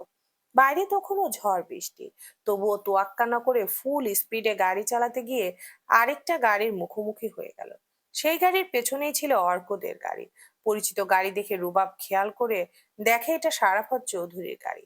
এরপর ইয়াসিরের নার্ভ চেক করে নাবোধক মাথা নাড়ায় সব। সারাফত চৌধুরী বারবার দেখতে বলেন, কিন্তু বারবার দেখলে কি আর মৃত মানুষ জীবিত হয়? হয় না। অতঃপর তাকে আনা হয় চৌধুরী নিবাসে। এরপরের ঘটনাটুকু তো সবারই জানা। কিন্তু কেউ এটা জানলো না ইয়াসির আসলে কেন এটা করলো, কেন ভুল সিদ্ধান্ত নিল। আসলে সে আজ এটাও জেনেছে শীতলের 1 বছরের সাজার পেছনে সেও সূক্ষ্মভাবে দায়ী, যেটা তার পক্ষে মানা সম্ভব ছিল না। রাত বাড়ছে নিজ নিয়মে, বৃষ্টিও থেমেছে। এর কিছুক্ষণ পর ভিজে পড়ে শুদ্ধ সায়ন একসাথে বাড়িতে ফিরল। এতক্ষণ কোথায় ছিল, কেনই বা ছিল, জিজ্ঞাসা করার মতো অবস্থায় কেউ নেই। তাদের দৃষ্টি বাবার দিকে নিবদ্ধ। ওই ভঙ্গুর মানুষটা যেন অচেনা, দেখেনিও কখনো। ছেলেহারা বাবাদের অবস্থা বুঝি এমনই হয়? পরিস্থিতি এমন। এতদিন পর ছেলেকে দেখেও সিতারা বুকে জড়াতে পারলো না। বাবা আরেক ছেলেকে বুকে টানতে পারলেন না। চাতক পাখির ন্যায় অপেক্ষায় থাকা স্ত্রীকে দেখেও নীরব থাকতে হলো। সায়ন দাঁড়িয়ে থাকতে পারলো না, বসে বলল। শুদ্ধ সোফার কুশন ঠিকঠাক করে তাকে আরাম করে শোয়ার ব্যবস্থা করলো। যদিও এখনো ঠিকঠাক ভাবে হাঁটতে পারে না, সময় লাগবে পা জোড়া ঠিক হতে। এছাড়াও তার কাঁধে, পিঠে, বাহুতে এখনো ক্ষত, যা সারেনি। আরো রেস্ট প্রয়োজন। রাত বাড়ছে, ছেলেরাও এসে গেছে দেখে এবার সারাফত চৌধুরী মুখ তুলে তাকালেন।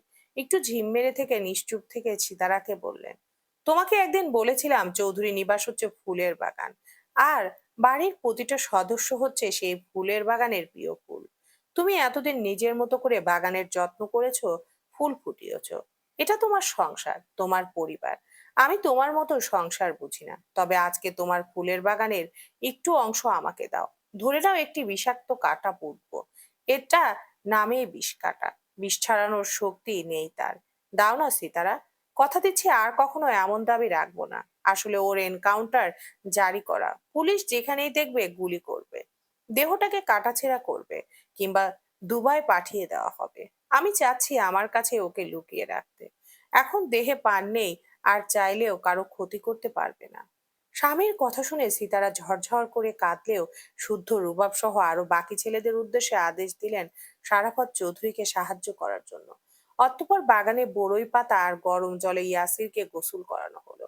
পরিচিত ইমাম এনে সাদা কাফনে মুড়ানো হলো। তারপর বাগানের এক কোণে উপস্থিত কয়েকজনের মাধ্যমে ইয়াসিরের দাফন সম্পূর্ণ হলো। সমাপ্ত হলো এক পাপিষ্ঠ পুরুষের জীবন কাহিনী।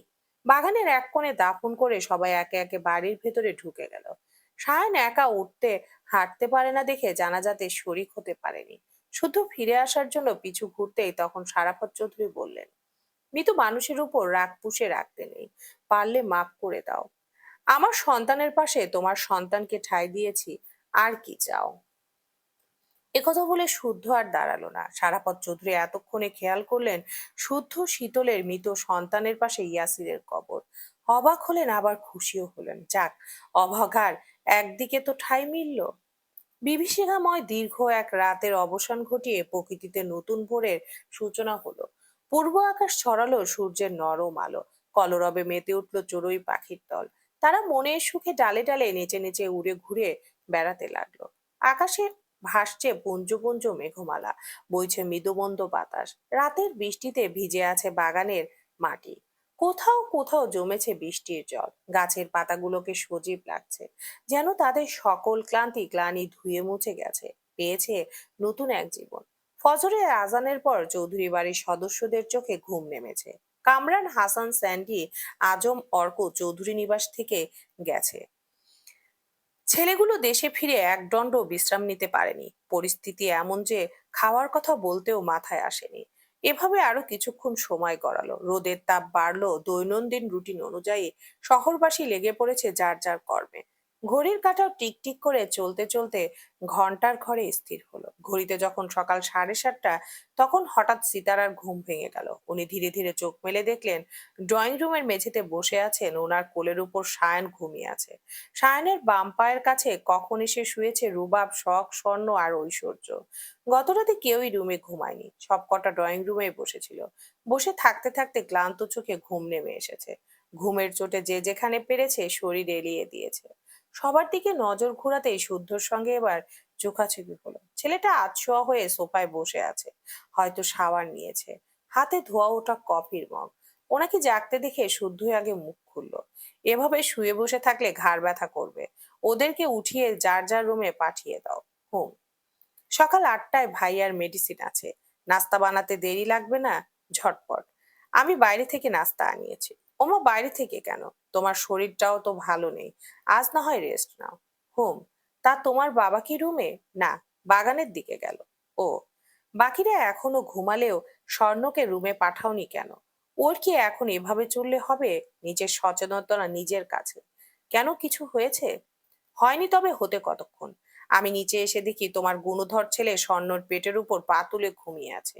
মুখে বলতে হবে না, ঘুমের ভঙ্গি দেখে স্পষ্ট উনি শীতলের বড় ভাই। অনেকদিন পর শুদ্ধকে এভাবে কথা বলতে দেখে সীতারা মৃদু হাসলেন। চোখ ঘুরিয়ে সবকটার দিকে ছলছল চোখে তাকিয়ে রইলেন। সায়নের মাথায় হাত বুলিয়ে ছেলের কপালে বারবার চুমু খেলেন। ওনার চোখের পানি সায়নের মুখের উপর পড়তে সায়ন চোখ মেলে তাকালো। ঘুম ঘুম কণ্ঠে কিছু একটা বলে আবার ঘুমিয়ে পড়ল।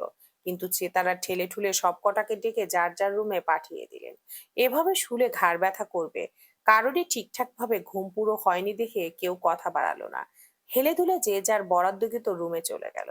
সিতারা উঠে রান্নাঘরের দিকে গেলেন। একটু পরে সিমিন, সিরাত এসে কাজে হাত লাগালেন। এদিকে সবাই চলে গেলেও সায়ন চুপ করে বসে আছে।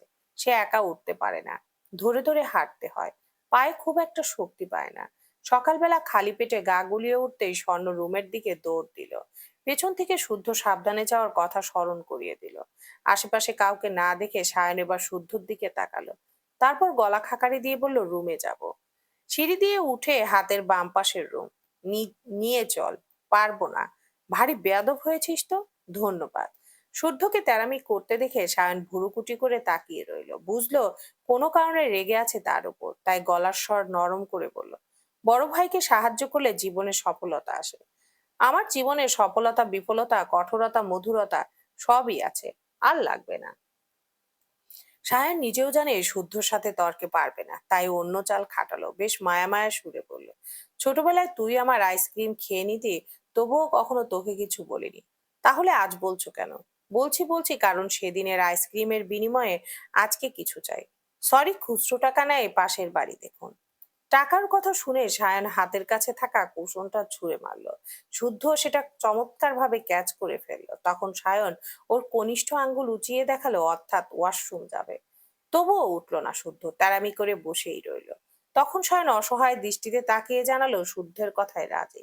এবার শুদ্ধ এগিয়ে এসে সায়নকে দাঁড় করিয়ে পেছনে ঘুরে দাঁড়ালো।